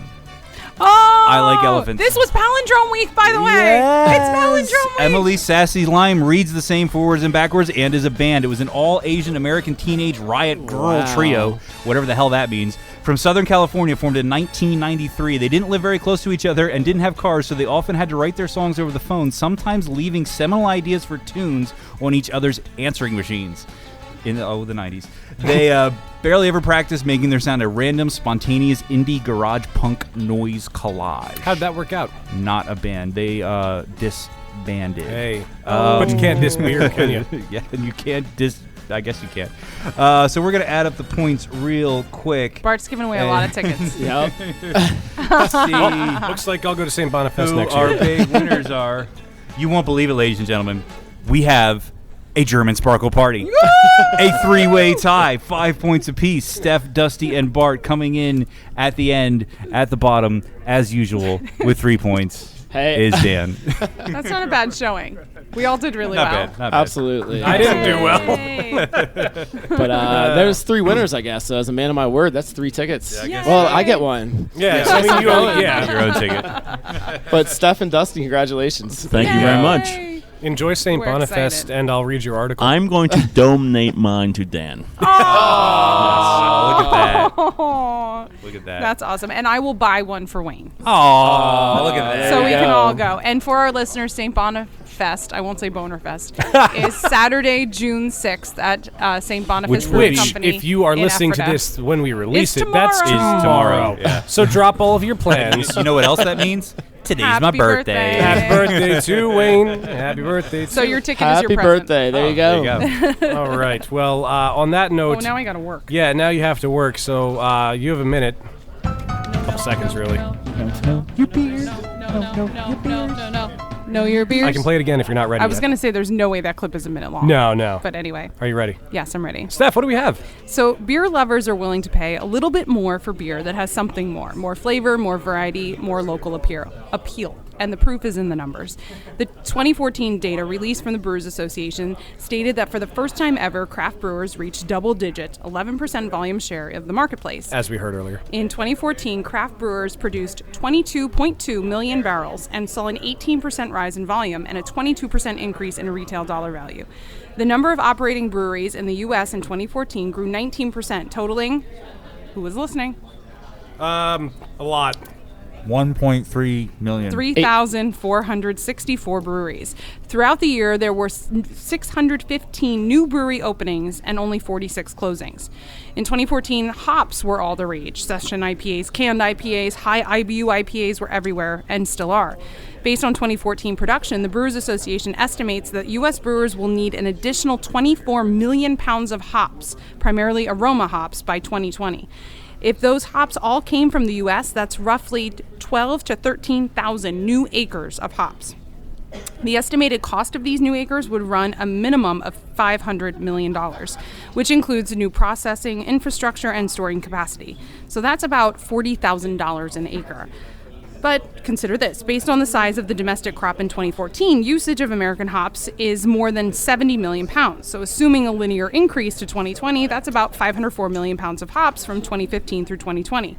So that means $500 to $750 million investment would only be about $1 to $1.50 for every pound of hops grown. But will extremely hoppy beers continue to be the craft beer trend? What will craft beer look like in 2020? Well, I don't think local is going anywhere. In fact, our beer is becoming even more local. Right here in PA, we have more local hop farms popping up, French Creek Organics, Penn State Hop Farms, Sunny Bray Hops. And the first malt house in PA since Prohibition, Deer Creek Malt House, is producing delicious malts in Glen Mills, PA. Expansion will also continue. As we mentioned, Stone is expanding to Richmond, Virginia and Berlin, Germany. Sierra Nevada recently expanded to Mills River, North Carolina, and New Belgium Brewing Company is expanding to Asheville, North Carolina. And of course, there's still plenty of room for more breweries to expand and new breweries to open up. Consider this. By 1873, the country had 4,131 breweries. And now remember, there's 3,464 in 2014. And in 1914, per capita consumption had grown to 20 gallons compared to about 21.5 today. Bottom line, beer is good. And stuff. I ended that way because I thought Tom would be at the table by this point in the show, but he's already rage quit. He's actually calm for once. Well, we learned about beer. Let's drink a little more beer. Beer me! Beer me! Beer me! Beer me! Round 2, fight. All right, so what do we have coming out of the magical bag now? Is that what you want to do next? Yeah, let's do the Humboldt Brewing Black Xantus from 2010. Xantus? I don't know. I guessed on that. Xantus. So this is an 11% ABV Wow. Imperial Java Stout. Yeah, buddy. That's been aged in bourbon and red wine barrels. Whoa. Oh, really? Whoa, double whammy here. Yeah, it's an Now that's Imperial interesting. Stout infused with fair trade organic coffee from a local roaster, Jabella, and aged for Jabella. 6 months in a combination of bourbon, retired Firestone Union, and wine barrels. Ooh. So this That's should be Amazing. There it is. there. It is. Oh, look at that pour. Holy crap. That looks fantastic. Now, while we were talking about the growth of beer, tell me the perfect place to put a satellite pub. You know, an established brewery, say like Victory, Trogs. Mm-hmm. You put that on Penn Street, 5th and Penn, you know, in that whole Penn corridor. You don't think that would thrive? You mean If they can put a brewery in Braddock, Pennsylvania, true? they can put a brewery anywhere. Just true. look at what that mayor and what those owners are doing to, holy crap, to Braddock. I mean, why Yeah. not put one in downtown at 5th Reading. and Penn? And I'm talking about someone who's already established. Just doing a satellite. Like a name that people know. Sly Fox. You know, someone local, sort of Ooh, local. Sly Fox would be good. Yeah. Yeah. But I you're- think Because Victory's already unfortunately, expanding I do everywhere. think, unfortunately, it would be hard to convince one of those companies to put a location there. Oh, yeah, for sure. It would definitely be an uphill, but like not an uphill battle for them to be able to go in there, but the other way around. But if Big Al, as in Big Al Boscov, is Yeah. opening Yeah. his pockets, Yeah. which he's known to do, and that Penn corridor is like his baby right now. He's trying to get I mean, that would be all awesome. kinds of things done there. And I that would would go be in the there perfect for addition. that. I mean, that would definitely be. I mean, you put in, Oh, you know, this is nice. amazing. I haven't tried it yet. Higher end dining, you know, a nice brew pub like that. Something better than some of the dingier corner bars you find in Reading. I think it would be a perfect addition. I unfortunately, I think we're at Reading's not in that place right now, but it could get there. It's getting there. Yeah, definitely. This beer is great. It's amazing. You get like, you get the heat from the barrel age part up front. I get no heat at all. And then, no, it goes right away. And then in the back end, you get like chocolate. Mm-hmm. And it's so good. It's I'm so good. surprised how strong the coffee is for being 2010. Yeah, Because like really if you comes through. Bourbon County, their coffee, I find that if you don't drink it kind of soon, This the is coffee fair kind of trade goes coffee, away. though. They're True. buying That- all kinds of bootleg coffee. Bootleg coffee. No, what's amazing is you get the red wine, you get the Yeah, wine barrel that's in what I the like. front, Yeah. and then you get the bourbon barrel in the back. Yeah. You do, and in between you get the chocolate and coffee. Yeah. For this sure. this is awesome. I actually kind of wish that this was a little lower in alcohol to be able Yeah. to drink more of it. Yeah, You know? exactly. There's It's beer. What are you talking about? You have Rich. It's Rich is definitely- your driver. Rich drives everyone home, right? Isn't that the deal? This is true, but I was Just just as saying long there's as you beer stop for on the food on the table. way. and I gotta say we are closer to home than for me than any other on location You could recording. walk I could home. walk home from here. I mean, You it might should walk take home. 20 minutes. It's so silky smooth. It really is. It's amazing. This is, and I've never had a beer that was aged both in bourbon and red wine barrels, and it's really an amazing combination of flavors that comes out of it. Really awesome. Yeah. Have you had other years of this beer? Yes. And how do they compare? Well, this is definitely I mean, you can tell by the alcohol. It's smoother. It's you get the heat up front, but it's not a little lot. bit, yeah. It goes away. It doesn't really linger. Whereas newer versions, you get more booze out of it Right. and more coffee, but you know, that's expected. It's 5 years old. What is the oldest beer No. you have in your collection right now? Well, I brought 2007 with me. I'm trying to think if there's anything older than that. I cracked a just last summer. I cracked a 1997 Stouts Belgian triple. Whoa! Wow! Yes. Was it good? Fantastic. Wow. You just couldn't drink the last 3 ounces. That was like sludge. Yeah, that was fan. I'm trying to think of anything older than 2007. I don't think I do. That's crazy. That's when the hoarding officially started. How old were we then? 2007? No, 1990. 1997. 1997. You guys were 15. We were like 15. Diapers? 15, yeah. He was in diapers. I was 10. I had just gotten out of diapers. That was 1997 was my first year at the Ugly Oyster. Oh, yeah.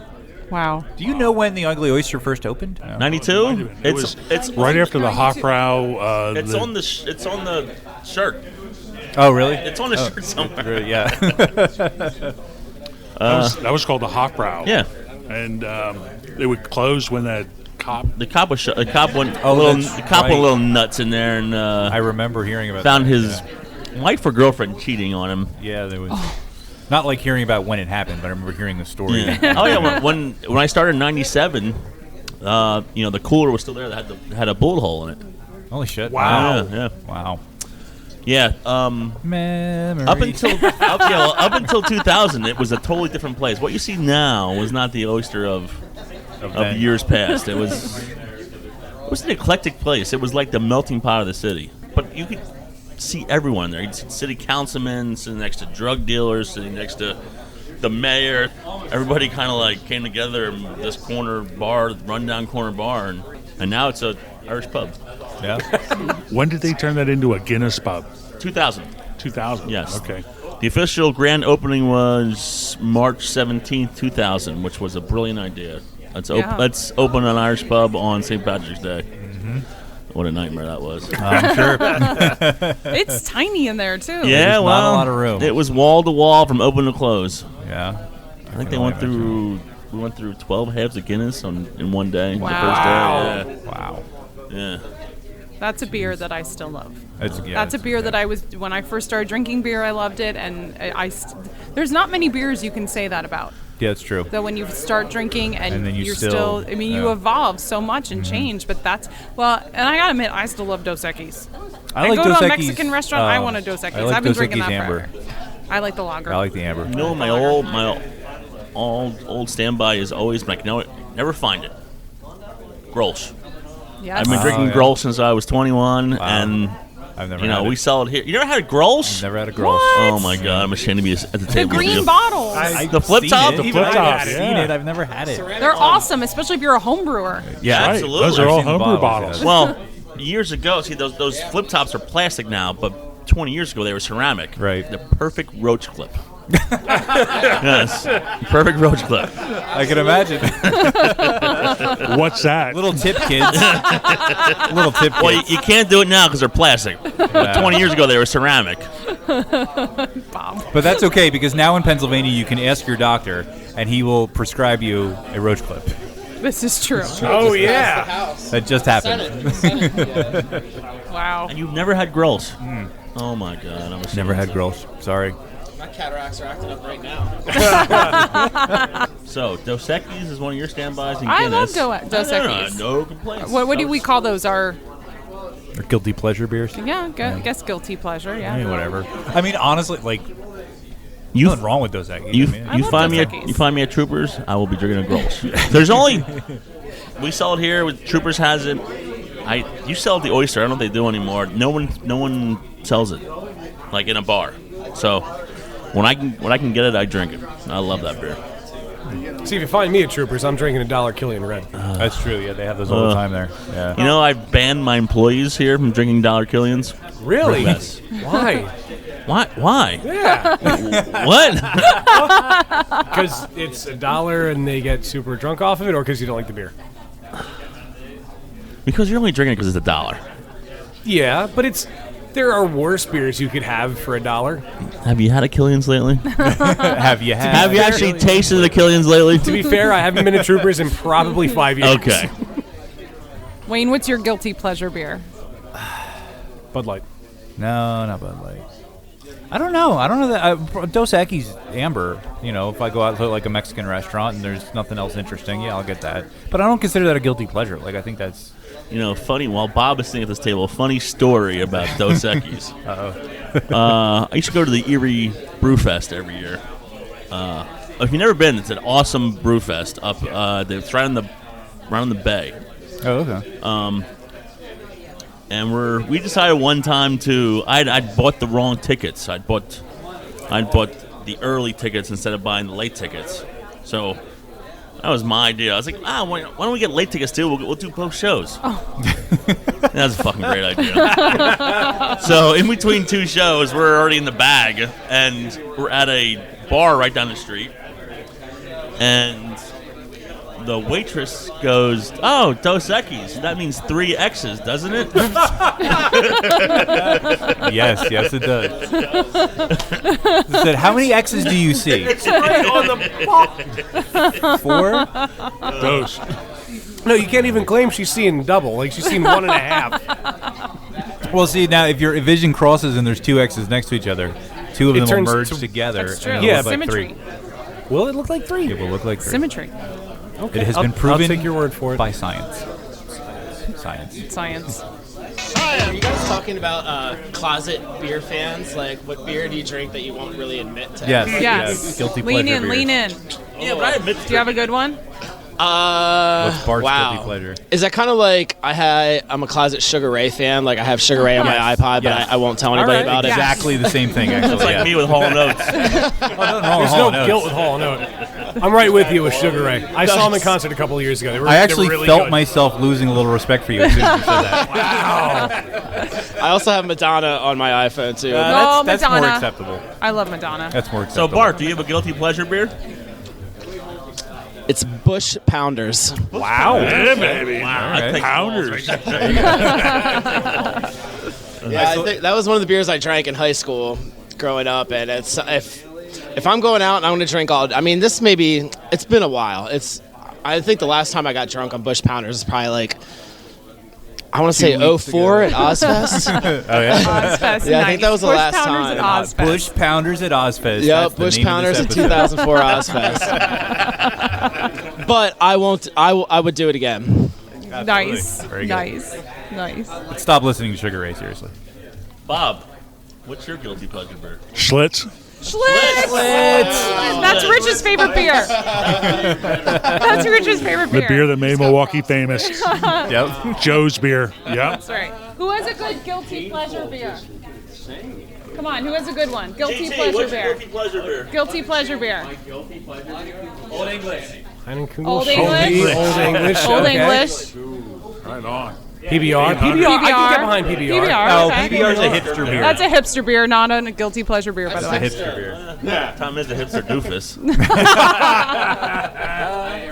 Nothing. Nothing. You can listen to it later on the internet. Schlitz is a When good one. Dusty's not in the same room.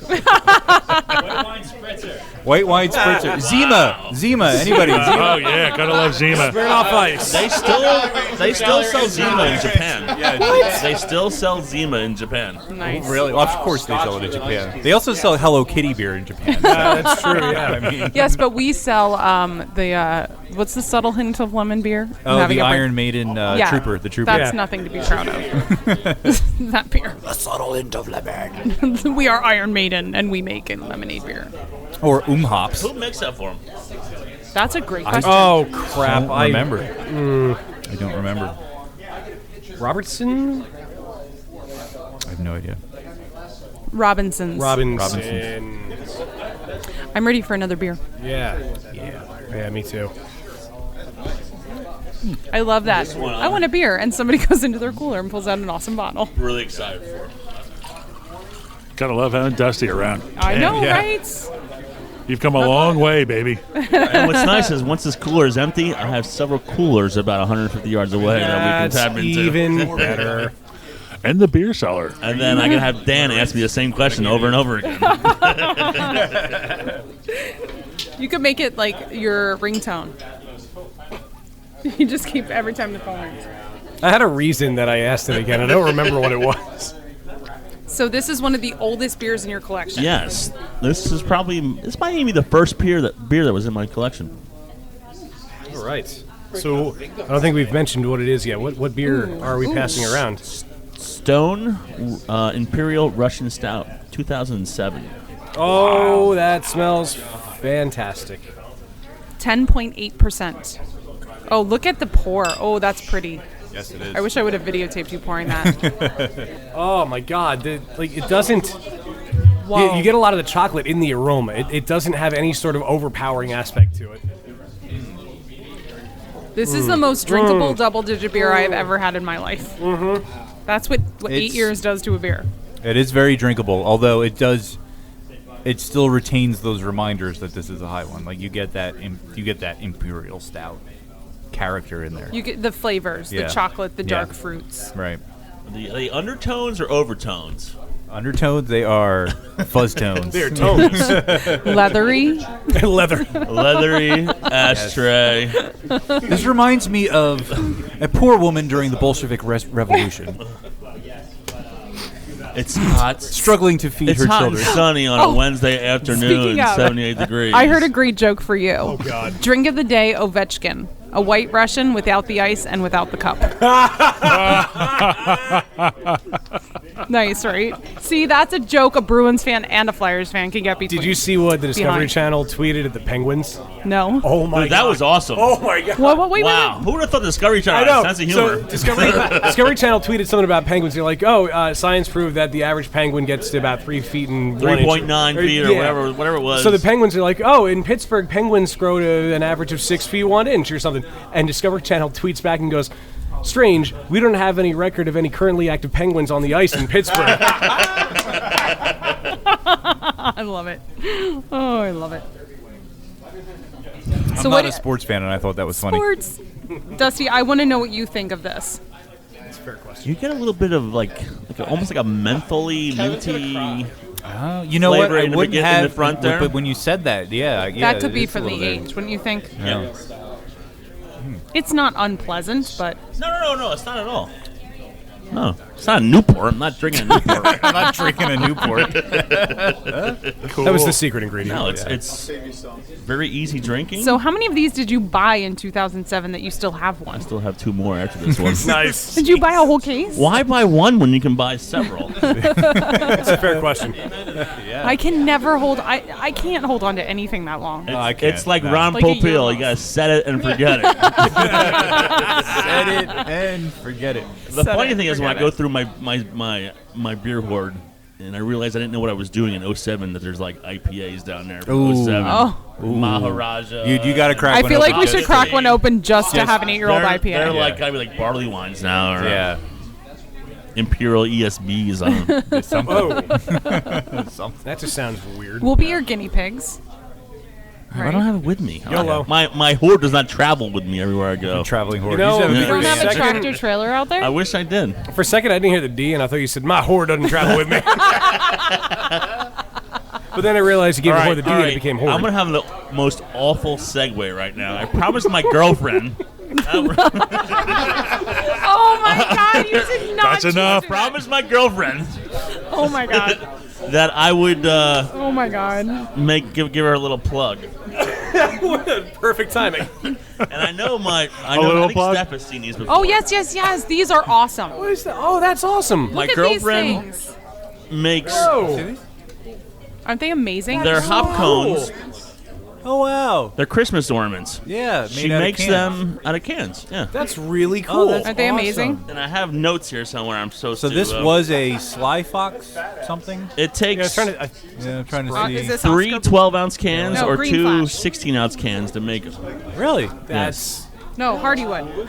That's a great return, Hardywood. 3 chances for me. third time's the charm. It's Sly Fox and it's red. I don't know if it's just a pale ale. Straight up pale ale.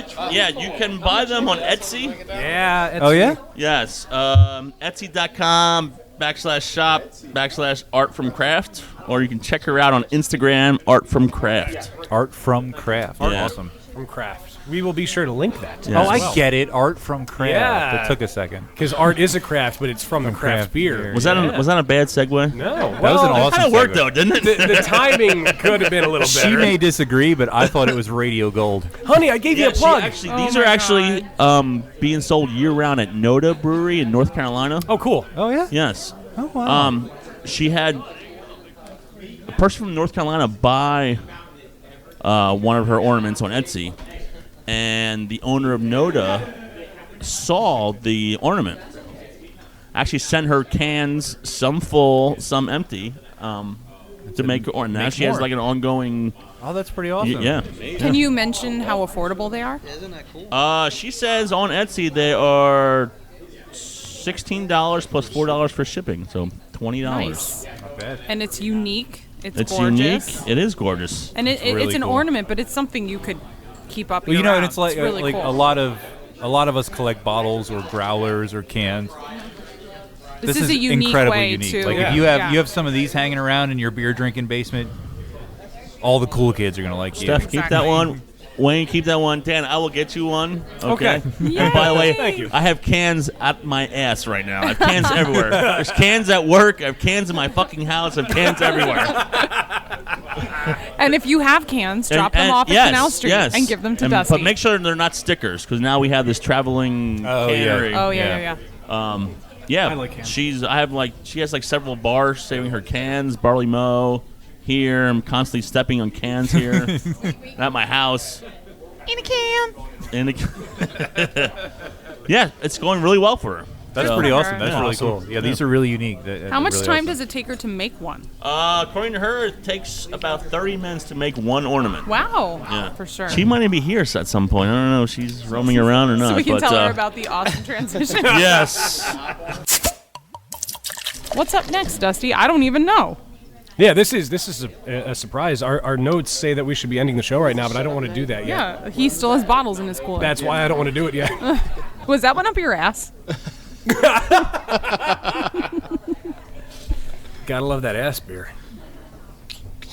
That seems to be the trend. I think the whole room got past awkwardly week. quiet right as I said that. Does anyone have a pocket knife? I thought you were going to ask if anybody has an ass beer. Oh! There we go. Oh, I see what this is. Oh, what is it? Oh, that's I see Heisenberg-ish things. Wow. Oh, This. Wow. I'm breaking buds right now. So I don't think we've given the name of this one either. So is it Breaking Buds? it's breaking Yes. bud. Breaking Knee- Bud. Knee Singular Deep Brewing Bud. Company. I need to Google it to find out what the hops are. Oh, and you need to write it down. So Oh we my can God! put it on the Ooh. episode. I did. Oh, did you take a sip yet? Not yet. You're gonna love it. I'm still savoring the aroma. Yeah, screw the aroma, sip it. That's a sound clip right there. Screw the aroma, sip it. Oh my God. Wow. Oh, This I think this is great. this is really There's good. not many IPAs that can That can stop wow me in you. my tracks because I've had so many good ones. But this is. Mm-hmm. When was this bottled? Is this pretty fresh? April. Ron, what's the date on that? When was it bottled? I think they're extremely fresh. He's like, you're asking me to read. Jen, help him out. That's another nice segue I want to get into. 4-6. All right. So a month. April 6th.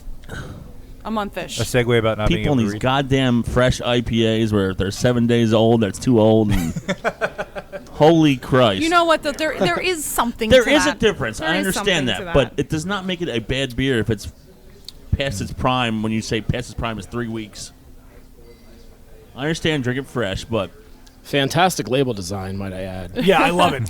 It looks like Heisenberg. Yeah. Did you figure out what the hops are yet? No, I'm trying to figure out how I. What I like about it's got incredible hop flavor, but it's still very drinkable. And it's only 6.5, Yeah, which it's I only appreciate. 6.5, which is nice. Thanks, Dusty. 50 IBU. Yeah, because a lot of times they'll shoot for just the hop flavor, but this And it's- is balanced with it. And it's the kind of hop flavor that's usually in beers that are a little over the top. Like it's got Yeah. The pine with a bit of dank and a little bit of citrus in there. And it reminds me of Cactus. like a well, no, it reminds this particular You one. just wanted to say I did. does You're not right. remind me of that. But it reminds me of those sort of like big double IPAs that are like, you know, Yeah, like Like- Ruination. like chewing on leather that's been drying in the Mediterranean sun in the winter of 1967. Who is this by? I'm sorry, I totally missed that. Knee Deep, Knee Deep. Okay. which I believe is making its way into our area soon. Oh yeah. Yes. They're in New York, and I think they are in Philly, but not up our way yet. That's an IPA I could drink a lot of pints of. Yeah, it is very easy drinking, isn't it? It gets me in the mood for meth.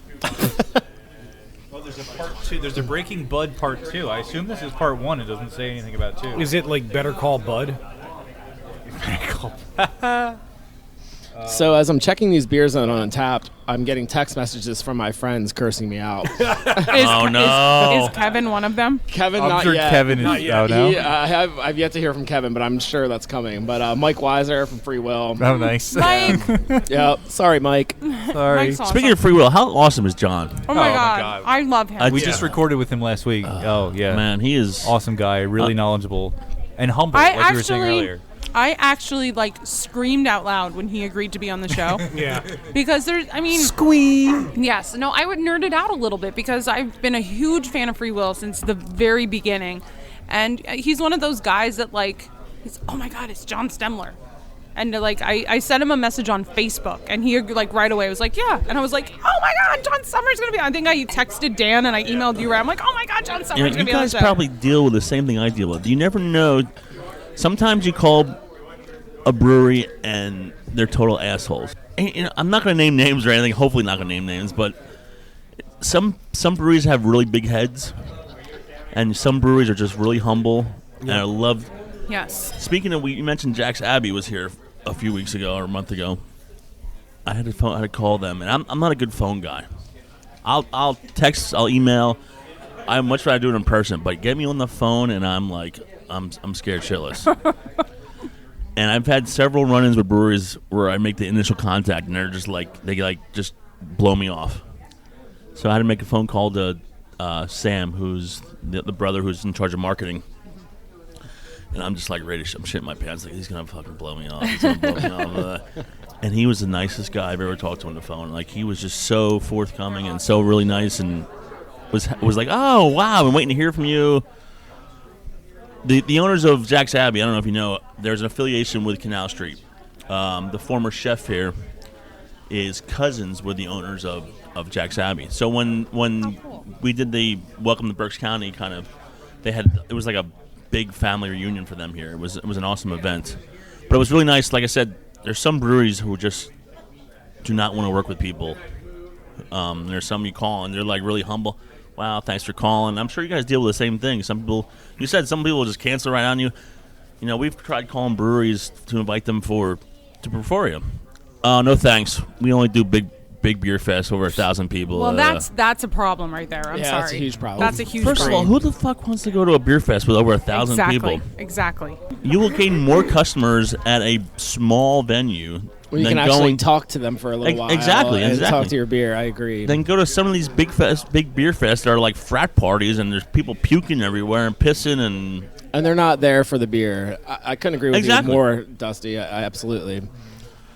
You get more exposure when you get people that really appreciate the beer that are there, in smaller groups, and you can actually sit there and talk to them, and they ask you questions about the beer, and you're not just feeding them sample cup after sample cup and moving the line along. At those big fests, you're like a robot, just kind of fill, pass. That is the wrong attitude, and it's. I mean, we were at a large beer fest with you guys. I don't want to besmirch any names, but and it was cool, and it was great to be there. But afterwards, in the parking lot going out, people are getting rowdy, knocking over trash cans. That's not what this is about. If you want to do that, go to the corner bar in a college town and get fucking drunk and whatever and raise hell. Fine, whatever. But that's not what I came here for. You know what I mean? Yeah, and I don't like those. Funny part about Breforia one year, I think we did 12 Breforias. I think it was might be 5 or 6. Guy puked all over the floor. Oh, no. I made him clean it up. Yeah. I made him clean it up. Good. Nice. Good for you. Wow. My glass is empty. Okay. And I see more bottles. I brought over 2 to make sure the masses get it, since Dave and Dan and Wayne keep hogging the beer over there.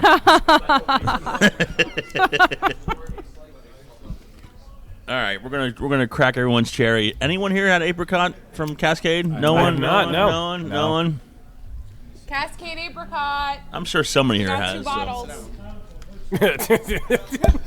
He's been the first full over cherries. here. Mike is the Come first on, one. Wes. Let's Let's break break like every Wes's time. Come on, microphone Wes. chair. Wes. Oh, my mom is here. Oh, she will love You'll this like one. this This is one. better than the blackberry hunt. Remember when we talked about asking about free stuff? Yeah, right. I'm sorry. That's exactly. right. Is this the Cascade? Yep. Yes. Who Oh, woke Jen her? will love Nah, it. she woke up. All the ladies are here. I love it. Ladies love apricot. That's right. Instead of ladies, wait. No, white bitches love pumpkin. White bitches love pumpkin. Discerning ladies like apricot. Wish I would have made Ladies a clip out of that. Oh, she's not going to give you the bottle. I wasn't calling you a white bitch. It was. Do you guys always have this kind of following with you? This is amazing. Well, and we have a lot of former guests in the house. Mike was our first ever actual guest. Half pint? Half Pint was our first official guest. Oh. And you were on the show. Ron was on the show. Tom's been on the show many times, obviously. Tom's like your mascot, isn't Yeah. he? The funny thing is, Tom's been on the show many times, but he's only been invited twice. And he got a stern talking to from Colin before tonight. Yeah, you have to coach him on what he can and Yeah. cannot say. Exactly. Meanwhile, this is Mike's first return. I know. Holy crap. Wow. this Yeah. Since the inaugural podcast? Like really? 50 episodes And later. he's currently writing an article, which by the time this airs, hopefully it will be on our website. Yes. So Yes. thank you, Mike. As a That was- BJCP certified judge, Yeah. Awesome. I will provide some What was that insight again? on that. BJCP, the Beer Judge Certification Program. The first Okay. rule is when you can't say BJCP, you need to stop drinking. That's actually how we rate it. This beer is amazing. This is what I want in the Oh. sunshine on the deck in the summer. This is great. The blackberry I want for breakfast. This I want for lunch when it's hot and sunny out. Yeah. What's for dinner? The Beef. beef. It's Beef? what's for It dinner. is what's for dinner. See? Yeah. Somebody gets it. The last bottle is dessert for sure. Ooh. Which Dan has should I partaken in ask- before. Oh, God, that one's Yeah. so good. Oh, I forgot about it Yeah. already. Dan, I'm also going to have to ask you, where is the beef? Where's In the his beef? Where's tummy. the beef? True. All It right. is. Yeah. I mean, there was a lot of beef here that Check I... and mate. I know I ate most of it. Is anyone getting a lot of actual apricot out of it? I feel like apricot is such a What is light it? flavored fruit. It really is. some Yeah. beer? Yeah. that it's- compared with the What is an tartness apricot? in here, it's Yeah. sort of yeah. Apricot is definitely almost like white bread Have something else? yeah. White of fruit, bread. like the white bread of fruit. Interesting. Yeah. It's excellent on its own, but it can be It gets overpowered lost. It easily. gets lost yeah. pretty Do you, easily, like, yeah. put mayo on it and IPA? ham and cheese? Not on apricot. Little slice of tomato All right. and just a bit of salt. All right. Oh, my. God, I have so much editing to do. You do have a lot of editing to do. This is the downfall of inviting guests to the podcast, right? Yeah. Or an audience, rather, yeah. Dan's still pissed off he lost the game. Yeah. Yeah, don't let Did Bart you- forget about our tickets. Did you answer banned for every question, by the way? No, I think I, said it beer was. once. I don't know. I might have. You said banned for every single. Did I really? Yeah. High five Good old for rock. that. Nothing beats rock. That's right. Did Yep. we cover everything in your agenda? Yeah, now Oh, we're yeah. now we're on to Now we're bonus just drinking. beers. Yeah, it's all, this it's all entire- extra. I worked Yeah. for days on this, and we covered it in like 12 minutes. Well, no. To be fair, we didn't have the belching beaver. Oh yeah, oh yeah. yeah, we're not, bro. We're gonna There's segue. a few coming. I have my assistant Elise working on My assistant. something. She's got to come on the show and tell us what they are, though. So, Dusty, did you curate all the beers that were drank here tonight? Did I what? Did you curate them? Now what, boy? What you talking about? What? Yes. Call me. I'll stop using those $10 words. Yes, thank you. Let's dumb it down to about $3 Did words. you okay? go find and bring all the beers And to the trade table for? here tonight? Yes, they were all mine. Excellent. Or I told Canal him Streets. I It's told the him same we thing. would bring beer, and then I talked to him, and then I'm like, yeah, I don't think we need to No. bring No. beer, and he's like, don't bring beer. Yeah, well done. I know, right? It's Dusty. I mean, yeah, I didn't have any doubts, but You had doubts. no, I didn't. Yeah, you did. You asked. Listen, Yeah. You asked the question. it was like 3 or 4 years ago. You brought us that 3-liter bottle of Corzendon Christmas Ale. Uh-huh. I knew from then on. I haven't seen you since. Yeah, because it was Corzendonk's Christmas Ale. What's No, wrong I'm with just it? That's a Nothing great else. beer. Was that the first Christmas? It was like the second, I think. How long have you guys been together? Like 4 years? 6 years now. That's I not think. 6 years. You're full of It's like shit. 5 or 6 years. Jason is one of the founders. 5 or 6 years on the homebrew Well, it's club. 4 years. Five. It was just posted on He the hasn't Facebook. been to a meeting in 3 years. That's true. That doesn't mean he That's doesn't true. know. That's true. He's one of the co-founders. Well, there's other people that are married and have kids. I think it's 4.5. Because I think last year You was need the third to anniversary come Now party. and then. Yes, I guess Now we'll and then. be Now and then. we'll be celebrating. You're the fifth. on your 5th year now. Right. Okay, that's what I thought. 5th time around the track.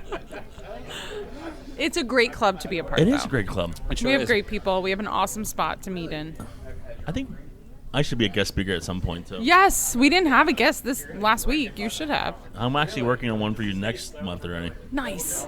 You need to just bust in and be like, I'm the guest speaker. Maybe I'll just do that. Yeah. You should wear a disguise. Kool-Aid Man through the doors. Is that a fat joke? No. I don't know about that. Where's Elise? We need to have the Gulch. For those of you in Radioland, that sound was Dusty's head against the The sound that was demonstrated earlier. It's the same sound I make when somebody asks me, "What's good on tap?" Then That- you give them Yingling. That is the worst question of all. when I don't you're really bartending. like dark beers, so can you recommend something for me? I just want your hoppiest beer. I like really hoppy beers, but I don't want an IPA. What would I like? I want something hoppy, but I want it to be like the color of the sidewalk. So I was at this bar in San Francisco, and the beer was like kind of What's orange Grolsch? and kind of tasted like fruit. Do you know which one I'm talking about? What's beer? Grolsch. You know what? I'm gonna reenact that commercial for a second. No, they're All I not did coming running. was sat there. You know, actually, the funny thing is, and I was going to mention this earlier, I was I have listening an empty Grolsch bottle at home. You do. I've seen That's it. because it used to be because filled Steph with one of my gave me one of her homebrews. homebrews. Okay, thanks to Elise, this party will be a little extended. Oh my god! Now what? Uh-oh. Oh my god! shit. We're trying to- Hey, we're the trying to last time I had that was on Every hibernation. possible category tonight. We now have a wheat Nice. wine, a I'm- barley wine, and Ooh. a saison. Grolsch. Ooh, saison. All right, Grolsch. Saison, And a saison, Grolsch. saison. We are popping Grolsch. Wayne's cherry. Hold His on. Grolsch cherry. Grolsch. Never. Oh. Quick side note: no cherries in Grolsch. Actually, Wayne's first Grolsch should have been done right out of the bottle. That's true. Yeah, well, too late for that. Is that Grolsch tap really not ceramic anymore? Nope. It's plastic. So no more roach. Cutbacks. See, right. Another hint, that is not a 16-ounce bottle anymore. I think it's 15.2, I think it is now. Those cheap assholes. Oh, yeah. Check out a Labatt's bottle one time. It's 11.5 ounces. They don't raise prices, they just shorten Shrink the bottles. Yeah. Yeah. So, So we're all drinking Coronitas and nobody knows. yeah. I'm not impressed. It's not as good as Dos Equis. Oh, and this wheat wine is from 2010. It is nice and malty though. It Yeah, is. listen, Yeah. It's got a really nice malt Yeah, backbone. it is. You buy one of Bombers? Have you noticed lately in Bombers the fill line is lower and lower? Oh yeah. And you can tell this is old because the fill is actually almost to the top. Yeah. You look at a Lagunitas Bomber, the reason why they're like $5 is because they fill it to like the bottom of the neck. Yeah. Like I said, they don't raise prices, they just give you less and less. Best part is I have not checked in on that yet. I never checked it in either. This was my first check-in. Of what? Of Grolsch on Oh, Untapped. you should be ashamed of yourself. It's kind of that beer that you're having at the point of the night where you forget about checking in. Am I right? Well, I was gonna say you should be ashamed because you finally checked in Grolsch, but That's a good point. Yeah. Everyone needs to take a swig of Grolsch. Come on now. some things the world doesn't need to know. I kind of wish I hadn't poured this much. It's good. It's totally drinkable. Dan, you look like you're struggling over there. Not struggling. I'm just thinking of all the editing. We're now at 2.5 hours. Yeah, it's 2 gonna be hours a and lot. 32 minutes. This might be a two-part episode. Dan, go zen, live in the now. Enjoy your burrito. Enjoy your burrito. That's right. Dan, I can return this beer if you'd like. No. Beer stays. The audio Enjoy your goes. beerito. Burrito. Beerito. Motherfucker. Why did we never Oh my think God. of that? You're welcome. You can have that. This is how St. Boniface was created. That's This is our how- next T-shirt. That's our next T-shirt. Why did we never think of that? That's oh our my next God. T-shirt. What's next, Dusty? You're actually usually very upset about Probably the Saison. Saison? Yeah, that's what I'm thinking. Stone, right? No, Anchorage. I guess. Oh, is it? Anchorage. Nice. Alaska. You know, It looks like those Stone that brewery that they pretended they weren't, and then everybody knew it was them. oh, the Chris Gaines? stock costs. Stock, no one can pronounce. No one can pronounce it, so they're like, it's Stone. It's amazing the good beer that comes out of Alaska. Yeah. Did That you smoked their porter? smoked porter is one of my favorite. Nothing ever. else to do Ever. there. That's Ever. Yeah, like what else do you Drinking do? fish. What is it? Love Buzz. Drinking fish. Love Buzz. And dog sleds. Anchorage. Right, yes. But Sure, there's they did it right. Midnight Sun. If you've never had anything from Midnight Sun in Alaska, fantastic. Oh yeah? No, I don't think I have. Berserker. My love for you is like berserker. Wayne saw Saison and filled his glass. By the way. Yeah, I did. You figure one of these times I'd learn to pour less. Wayne, what happened to sharing is caring? There's a lot left. All right. Dan, the privilege of starting a beer podcast is you can drink as much as you want. Exactly. Damn, I know. Wow. Ooh. Having a microphone means I get Ooh. more beer. Did you taste this yet? Not yet. Wow. It's not your ordinary Saison. Wow. It's very funky. Did we give the name of this one? I kind of. Love Buzz. All right. Oh, wow. Wow. Wow. Does Dan often take naps in between questions? Yes. No, I was. You're learning. You caught on quickly. I'm trying to strategically plan out the editing of this episode so I know what to do when I go back to listen Dan, to worry it. about this in 2 weeks, okay? I don't need Let's to worry sleep. about now, I okay? don't need to sleep. I'm predicting this is the lost episode of Beers Busters. Yeah. Oh shit, I deleted it. This is awesome. I can't imagine the thousands of phone calls we're going to get tonight with all these bottles being checked in. Oh, you have What? Love Buzz on tap? Oh, you have Almanac on tap? Oh. I shouldn't have. No, go right ahead. I don't care. I laugh at people. Yeah, we sure do. Come on in and get it. That's another sound clip. I don't care. I laugh Wait. at people.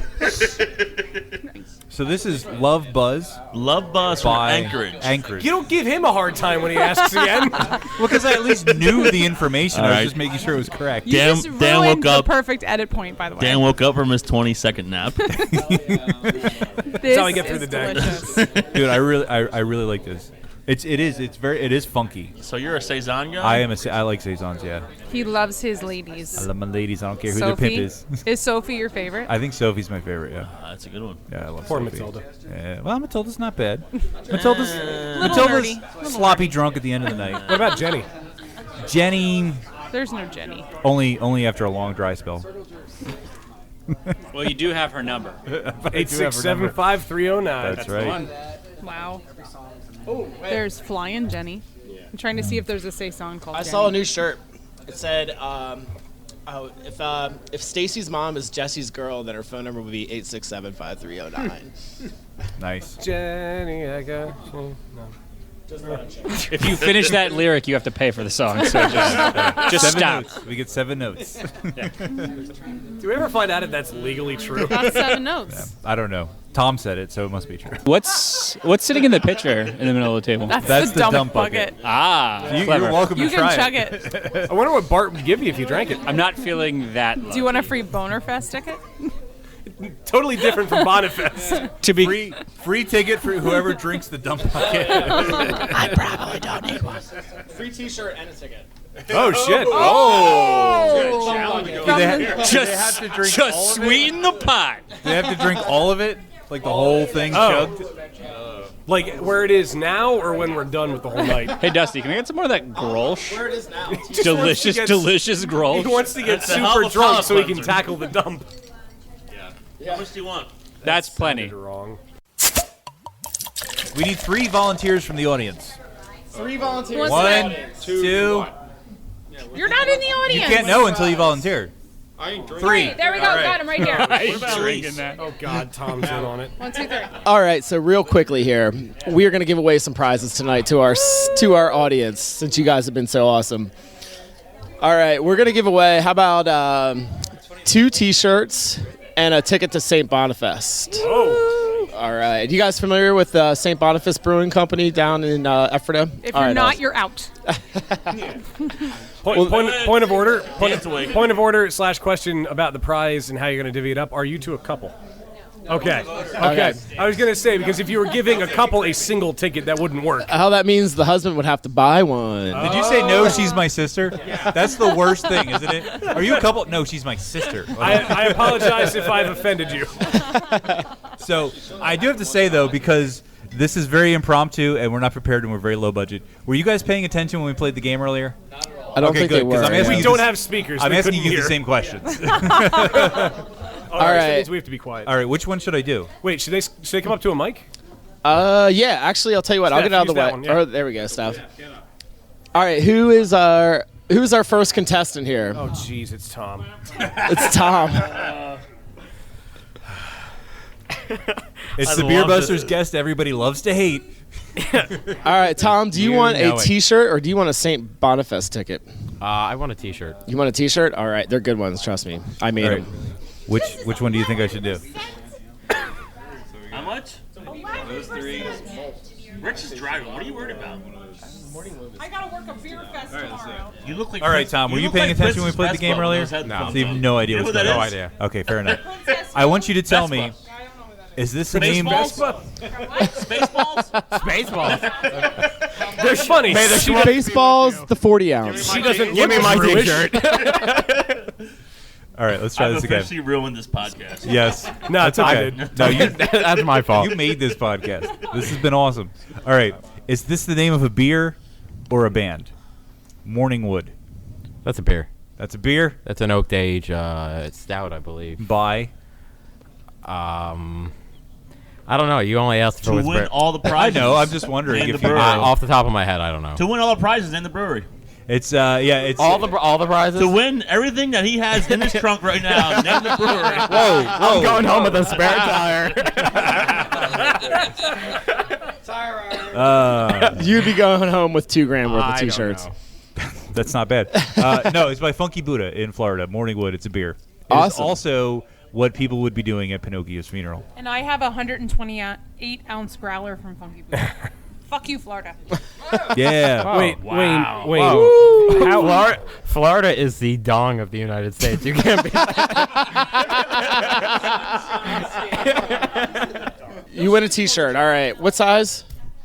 Medium. Gotcha. He wants an extra small. He wants a She's Crafty A shirt. schmedium. I have She's Crafty tank tops in shocking pink. Shocking pink. Yep. Not Dude. shocker pink. All right, now stepping up to the microphone, we have Jason. Hi, Jason. Hi, Jason. What's up, Jason? Nice to meet you. Same question, different question. Okay. Well, perfect. Awesome. Same. I'm going to go with Funky Buddha. This is also same shit. He just won everything in my trunk. That's awesome. I hope you have 2 trunks. I hope you have somewhere to store dead hookers. I also have a I tent do, in there. actually. I guess you got that too. Is this I mean, the I name of a beer or a band? It is Pure Bastard Extract. Ooh, that's a tough one. I'm going to go with beer. Beer, you are wrong, sir. You will not be going home with a trunk full of dead hookers. No. Pure I Bastard have Extract was an underground Detroit punk band from 92 Damn. to 99. You lose. Damn it. Sorry. However, I will say for a consolation prize of something we'll come up with later, their only album was called Pluck Your Magic What? Tits. Not that. Pluck Your Magic. Duck? No, you lose. Twanger. I don't way know you- that word. There's no way you were ever going to get that. Consolation He prize. took some food, Consolation so. prize. All right. Oh, All right, we got one more. one last Hello? contestant. And your name? I'm Jason's sister. Jason's sister, not his girlfriend/wife. All right. My name is Jen. Jen? I'm from Baltimore. Hi, Jen, from Baltimore. Oh, nice. Hi, Jen, from Baltimore. Were you riding? Were you riding? Oh, okay. All right. Same thing. Is this a band or a beer? It is Drunken Camel. I'm going to go with a beer. You are wrong. It is a band, and it is a band from Baltimore. Are you serious? Yes. I feel so ashamed. You lose. Sorry, I don't have a follow-up question for you. It's okay. Can you tell me what's special about the phrase Emily's sassy lime? Emily's sassy line. I'll tell you what. You figure this out, you got a shirt. Emily's sassy lime. There is something unique about that series of letters/words. It's a palindrome. Oh, wow. Today we spell redemption JEN. What size are you, Jen? Small. Small? All right, so I got a small and a medium. Both girls, both tank tops, both shocking pink. Hashtag GT. I like the way that went. This is the moment Dan has been waiting for. It is the moment I've been waiting for after like 7 hours of recording. Yes. If you want to hear 6 of those 7 hours, you can sign up for our newsletter at beerbusterspodcast.com. It's so hard to share this beer, too. Oh my gosh, I know, can smell it. I finished. So, should we say what it is? Yeah, we can. All right, it's Belching Beaver, and it's their chocolate peanut butter. Was it porter? Was it? No, it's not chocolate. It's a peanut butter it's the peanut milk butter. stout. Milk stout. That's and what it was. it's unlike no peanut butter beer you've had before. Yeah, it was. It's a bomber. And when I was at Total Wine, the guy said, There's "Oh yeah, no try bomber here. try this beer. It's one of the best ones you'll get out of what we have." And I was like, "All right, cool. I like the logo. Why I not?" might not get past him. Yeah, right. Yeah, once it gets to Dan, it's done. And I got it, and I brought it home in my suitcase, and I drank it, and the whole thing went down so unbelievably smooth.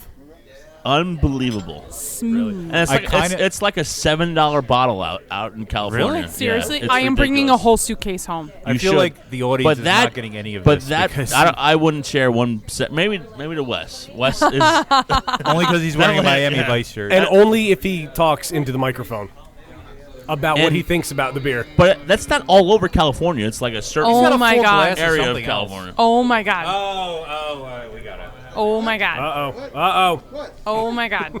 This is good.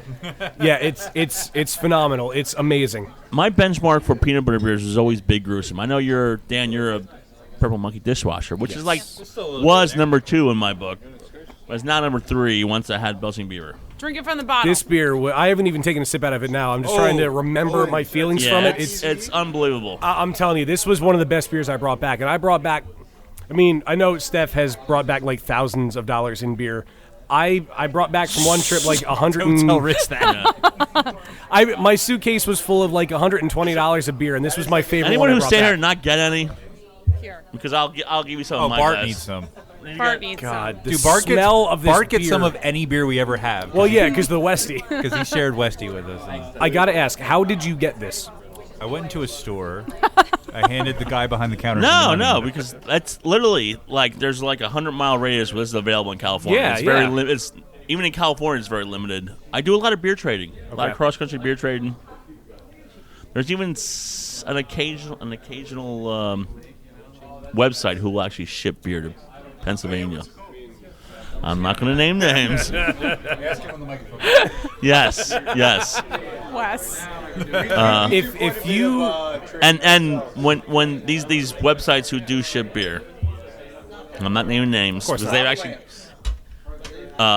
you take it's your risk. Like if it gets seized or it gets lost, It's your on risk. you. Yeah. This beer. Oh my God. It's good. It's good. It's Look. root beer. But I, Yeah, good. I do a lot of cross country trading. People I know in California and Texas. Iowa. I don't know anyone in Iowa. You need friends know in someone Iowa. in Iowa. I need. Nick Schoenfelder. He's the most awesome guy will ever. hook Who you up. is he? He's one of our listeners. He's awesome. a fan, and He's a sent us fan, beer. and he sends beer to us. Right? Did you know? Maybe him, we should. Did you know him personally, or No. Nope. So He's just a fan You that guys randomly. He have sent me a reached- message, and he's like, "I sent you guys beer." you guys have reached Iowa? Yeah. Yes. Wow. Which is funny because we talk about Eastern Pennsylvania beer. A lot of the time, but not always. Yeah. I travel So, all over the does place. anyone know? The ABV. No. 5.3. I was not asking you that, but that's awesome. to I know, right? That's really a beer cool. that tastes like this. It's That's only 5.3 is 5%. awesome. How the peanut This butter? is my jam. the flavor. Get the it? peanut butter. just Get peanut it? butter. Get Yeah, it? yeah. But how do they get that? Like, is it? Well, Powder? Yeah. Powder, is most breweries will use powder. Because I know Powder's the when best we way. talked Purple Monkey Dishwasher, they use that sort of like alcohol. I'm making funny gestures with my hands, but it's like an extract. But it's like a I'm being told a from distilled I'm being told from the audience PB2. PB2. That's the name of the powder.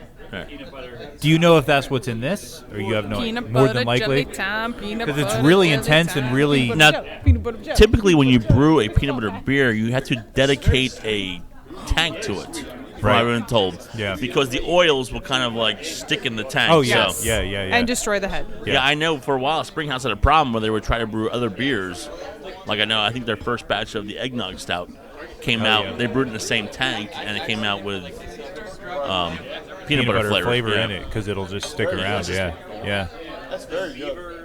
This is great. I love this beer. This is phenomenal. I want it in my mouth. All the time. All the time. So I Dan, do too.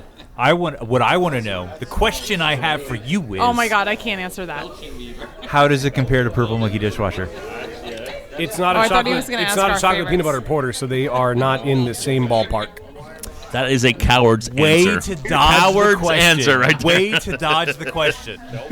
No, I like He- this simply because it's freaking 5%. That's awesome. 9% beers, no. Like, no. Well, this is awesome. All right, so 5%. I will take the not coward's way out. Okay. I would have to taste them side by side. Yeah. I think I would too, but going off of memory, And you've had a lot Well, of this is PMB. your favorite beer, correct? Purple This- Monkey- so you should have a pretty good memory it of was that. Purple Monkey Dishwasher. I'm putting you on the spot I right know now. you are, and I appreciate that. We'll So- see if Trevor, Luke, Trevor and squared. Andrew, if they actually listen. Yeah. Anyway, so Purple Monkey Dishwasher I like because I can get.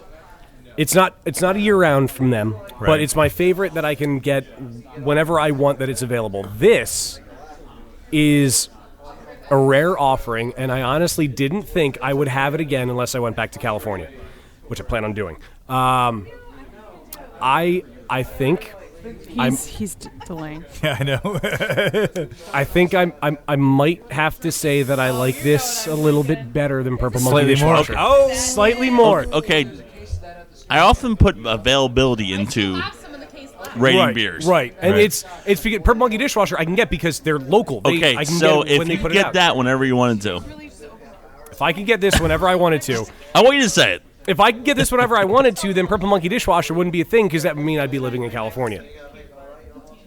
But if it was available in PA, If it were available in Nice. PA and Purple Monkey Dishwasher were at the same time, I would get this one. all right. My got- disclaimer is I it's- love the guys at Evil Genius, Yeah, and they're making oh, me great too. beer. They're phenomenal.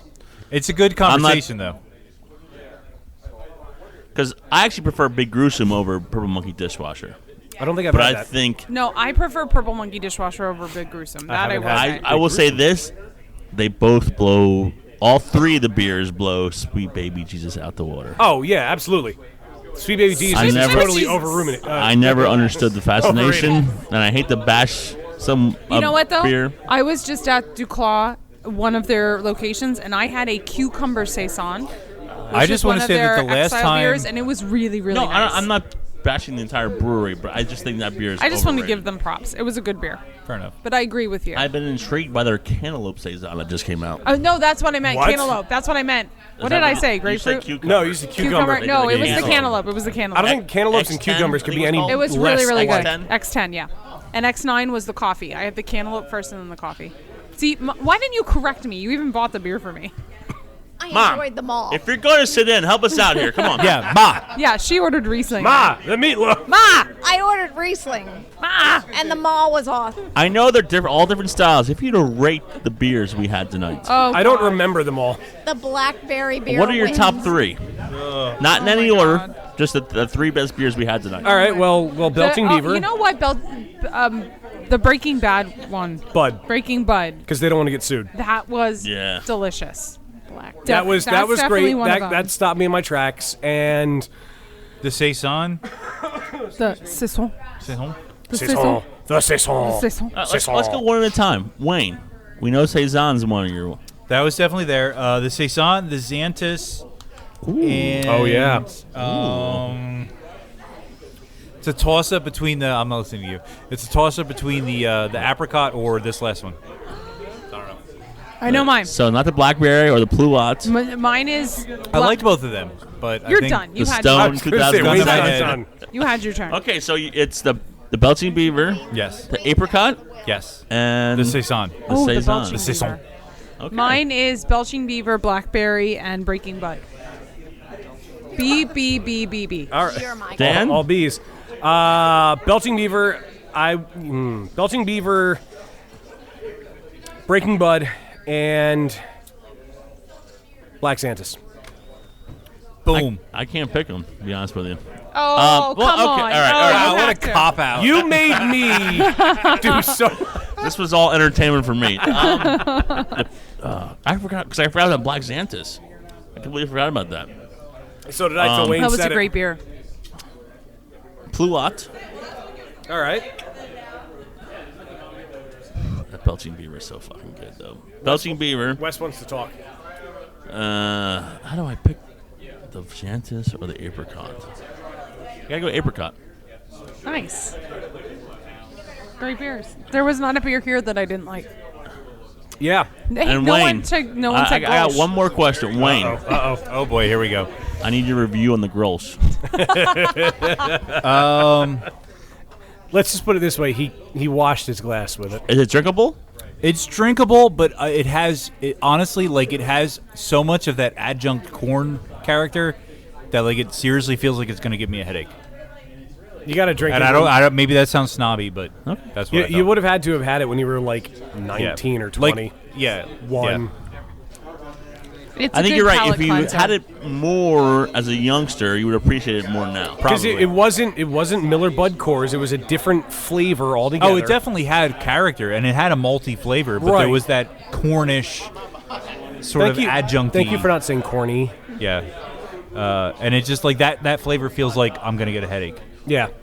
So, Dusty, where can our listeners find Canal Street on social media? It's just such a bad question. It really is. Because I am the de facto social media. Is that why your Twitter hasn't been posted on in 2 years? Put Elise in charge. No. One of my goals for 2015 is actually use Twitter more. So. I'm tagging you right now on Twitter. Oh boy, go. there it is. There it is. What? I know we talked about events earlier. What is anything in the immediate future? I'm glad we came back to this. Me too. And Dan, do not cut this out. Nope, it's in. I don't know if it's going to happen this summer. I mean, we do have plans. We're in preliminary process of planning something in the parking lot this summer. All right. My plan at one point is to do something in the parking lot. I've talked to somebody in the building about doing like an arts and crafts kind of deal outside. Cool. But we just got word that the bike race in Reading this fall or September 12th, the last 4 laps of the course will be going down 6th Street and up Canal and up 5th. So we're going to do something outside for that event. Not sure yet. We just found that out literally Monday or Tuesday. So that's something. That'd be really cool. Yeah, it's going to be a good spot to watch bikes go 20 miles an hour up around the bar. So Bikes can go that fast? I don't know. I'm guessing. I go like a mile a day. Yeah. Well, I seen you had 47 naps since you've been here. Hey man, I gotta stay well rested. But no. You know, we tried something. The first original Sip Fest was in the parking lot. Oh, cool. And it poured. Oh, not cool. So it looked like a sour taste in our mouths, and we had a dunk tank out there, and you were like, outside doesn't everybody exist got to me dunked. anymore. And it was in September, and it was 50 degrees, and I got pneumonia because I was in the dunk. You were in the dunk We tank. had shifts for the dunk. All the employees here were in the dunk tank. Everybody was in there for like a half an hour. I come out. The line is all the way down the parking lot. I was in it for almost an hour and a half. Oh, my God. Wow. And it was cold that night. Of course. And, you know, we had frozen turkey bowling that day. We had all kinds of crazy shit going on. The first time I get dunked, there's ice. No. There's rubber chickens. That's There's frozen turkeys. What? And watermelon in my tank. And what do? Now I'm having the bag. What do? I just start eating watermelon out of it. And I can't figure out why the next 3 days I'm sick. So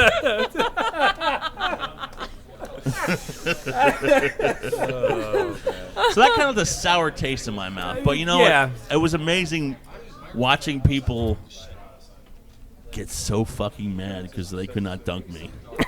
And I don't know if you never experienced me behind the bar. Me now and me outside the bar and me inside the bar or behind the bar are two different people. I'm an asshole behind the bar. When I was in that dunk tank, I was the bartender. Oh, God. So I was kind of just letting people have it. And just the frustration on people's faces when they threw 3 balls at me and could not dunk me.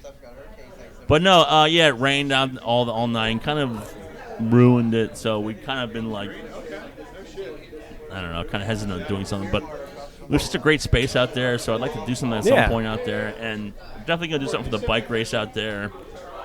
Like I said, I talked to somebody in the building about doing some sort of arts and crafts. We have the Tea Factory, which is like not exactly what they do. A lot of theater. A factory with tea. It's not just the T stands for something. TEA. It's like entertainment and arts, and they do a lot of plays. The and Entertainment and Arts Factory. Yes, thank you. Is that what it stands for? I don't know if that makes sense. I'm guessing, but I'm guessing as well, but my guess made sense. So they don't have tea? Across the parking lot in the other building, we have there's 6 o'clock, an art studio. Well, it's Hydra Studio. Okay. Tea, Earl Grey. And they're I like all kinds of artists and bands who have rooms over there. So I'd like to unite both buildings and kind of do something in the park, something big in the parking lot. Good idea. Yeah, at some point. So, but other than that, we have our golf outing, which is in October, called the Fall Classic. Which the golf outing we host a brewery. We bring one brewery in. First year was Sly Fox, which was great. Cans everywhere. Just their beer on the course. Of course, the after party's back here, big buffet. Last year we did Great Lakes. Great Lakes, who's awesome. Yeah, yeah. But the problem with Great Lakes, I love Edmund Fitzgerald. But for a golf outing, I don't know that. Well, the problem, no, it was great because it's I guess, it's October because you start wanting something that's. The problem is they don't do cans, so we did kegs on the course, which was a little kind of a pain in the ass. But yeah. Great Lakes is like one of my favorite breweries, and they're so customer service friendly. They'll do pretty much anything for their customers. Yeah. You should do Shawnee Craft. They do cans now. And they're familiar with golf. Yes. Well, I've talked to Dane at St. Boniface about it. Oh, that would be awesome. But I'll have to get back to cans. It was just so much easier to do cans rather than kegs. Not to mention, they only do 2 in cans right now, but they have a crowler machine. So they could fill all kinds of crowlers up. Yeah, that would be cool. That'd be really cool. So that's October 24th. November 14th is Brewphoria, which I'm hoping you guys would love to. I would absolutely love to do what's that the again. date? Oh, now Wake you want up. to pay attention. Wake up. Oh, wait, what's the date? Can we have this table? You can have this table again? This is our table. What was the date? What did he say? Will there be November mac and cheese? 14th. There will be November mac and 14th? cheese. Yes. November 14th. One guarantee at Brewphoria, there will be mac and cheese. Oh, I'm in. I'm there, in. I'm there. I'm going to have... And it's Veronica's 30th birthday. There you go. How about hotbeds? Is that your official... I was going to ask you what your official business name is. Hopheads Gear. Yeah. Yes, we will be having Hopheads selling some of their gear. Brewphoria is going to be epic. That was just confirmed 12 seconds ago. And it will be a celebration of Veronica Littlefield. Veronica's 30th birthday. But as you know, if you have this table again, 12 feet away from you will be Weyerbacher. Oh, my God. Yes. Another 12 feet that way will be the mac and cheese. Yes. Oh, This we is like know. the perfect spot This for is Dan. why we want Oh, this we table. know. Yeah. 150 yards will that be- way are bottles of God knows what. Yeah. As And long as they keep bringing us plates of awesomeness, too. this year we'll be adding a new feature for Dan. It will be a cot for him to take his 47 naps in. And then after that is the Ugly Christmas Sweater Party, which everyone knows is just old beer. Beer I've been aging for 1 to 5 years downstairs, kegs. Man, I got to make sure I can come to that. That's usually like the Thursday lot of before fun. Christmas. Greg And was here. The McDonald's were McDonald's here. were here. We had a great time. You guys won. And I won a Beer Mart shirt. I didn't win beer, but I won a shirt. that's kind of like our customer appreciation, kind of like Happy Christmas or Merry Christmas kind of deal. We just raffle off a bunch of beer at the end. Then That's awesome. other than that, I think that's it. If there's anything new, you can check me out on Twitter, hopefully. Definitely Facebook. All right, cool. If you want social media tips, go to Steph. Yes, I'm really bad with it. It's not that I'm bad. I'm just. I wish I had a picture of that. Can I show him?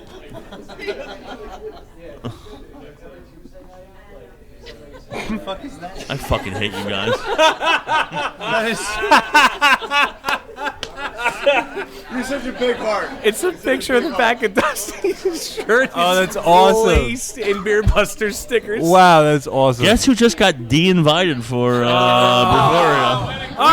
You had nothing cheese. We had nothing to do with it. It wasn't us. I believe your driver had something to do No, with it was Jason. We can Uber home. It was I'll Jason. deal with Jason in 3 years when he shows up to the next homebrew meeting. That sounds about right.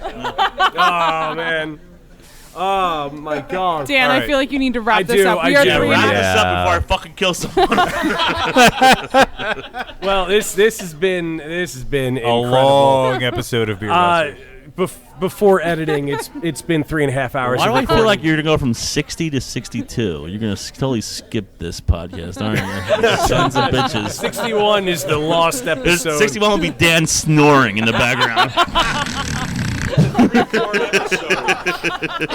It'll be white noise. Yeah. Till By the she way, goes to go to sleep. I was supposed to work tonight after this fucking podcast, but it took 7 fucking hours. Obviously, I'm not working now. And, I don't and blame Elise you. kept bringing us bottles. Oh my We'll God. blame it on Elise. Yeah. The only one who made out was fucking Rich, who ate all the food. Oh God. Well, I think this sadly brings us to the end of another episode of Beer Busters podcast. And Dusty, good God, thank you for tonight. Where are you guys going to be next week? I want to fucking... We actually have a couple weeks off, thank God. Oh, Dan has to catch up. Yeah, I know. I have we a need to sleep. shitload to edit. I'm sick. I haven't been able to edit. Wah. Yes. Yeah, something like But for our that. listeners, we'll be at Bucks County Brewing. Come out and Yeah. join us. Live recording. There's going to be a band. It will be a good time. When's Yes. It's June 27th, which is going to be a lot of fun. And I'm gonna have to play the music again. I can't. I got it. I got to do it again because it was already too close. But I don't want to cut it off. It's June 12th. I'm going to ruin your outro, June just so 12th. you know. Bucks County is June 12th, you dumbass. What's the You said 27th. June 12th. What's the 27th? Nothing. That's Saturday. The 27th is the Chester County Oh, that's another one. Homebrew Son of Fest. a- Yeah, well, That we're now recording recording that. I'm going to be there to haunt you for that one, too, fucker. Yeah. I'm going to follow you and stalk Play it you. again. everywhere you Play it go. again. Dude, Play we it might again. we might beat Shawneecraft for the record of most outro attempts. Okay. Unfortunately, my friends. Unfortunately, this.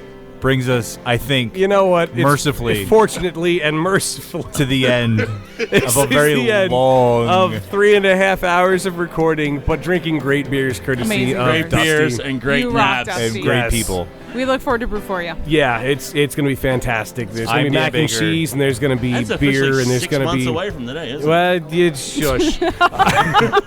This is very Dusty, thank you, but your timed. mic is off. I am Dan Baker, joined by my co-host and virologist, Steph Hefner. and the fermenter-tainer, I forgot my name. and Squids. No brewer's ass were harmed in the making of this episode.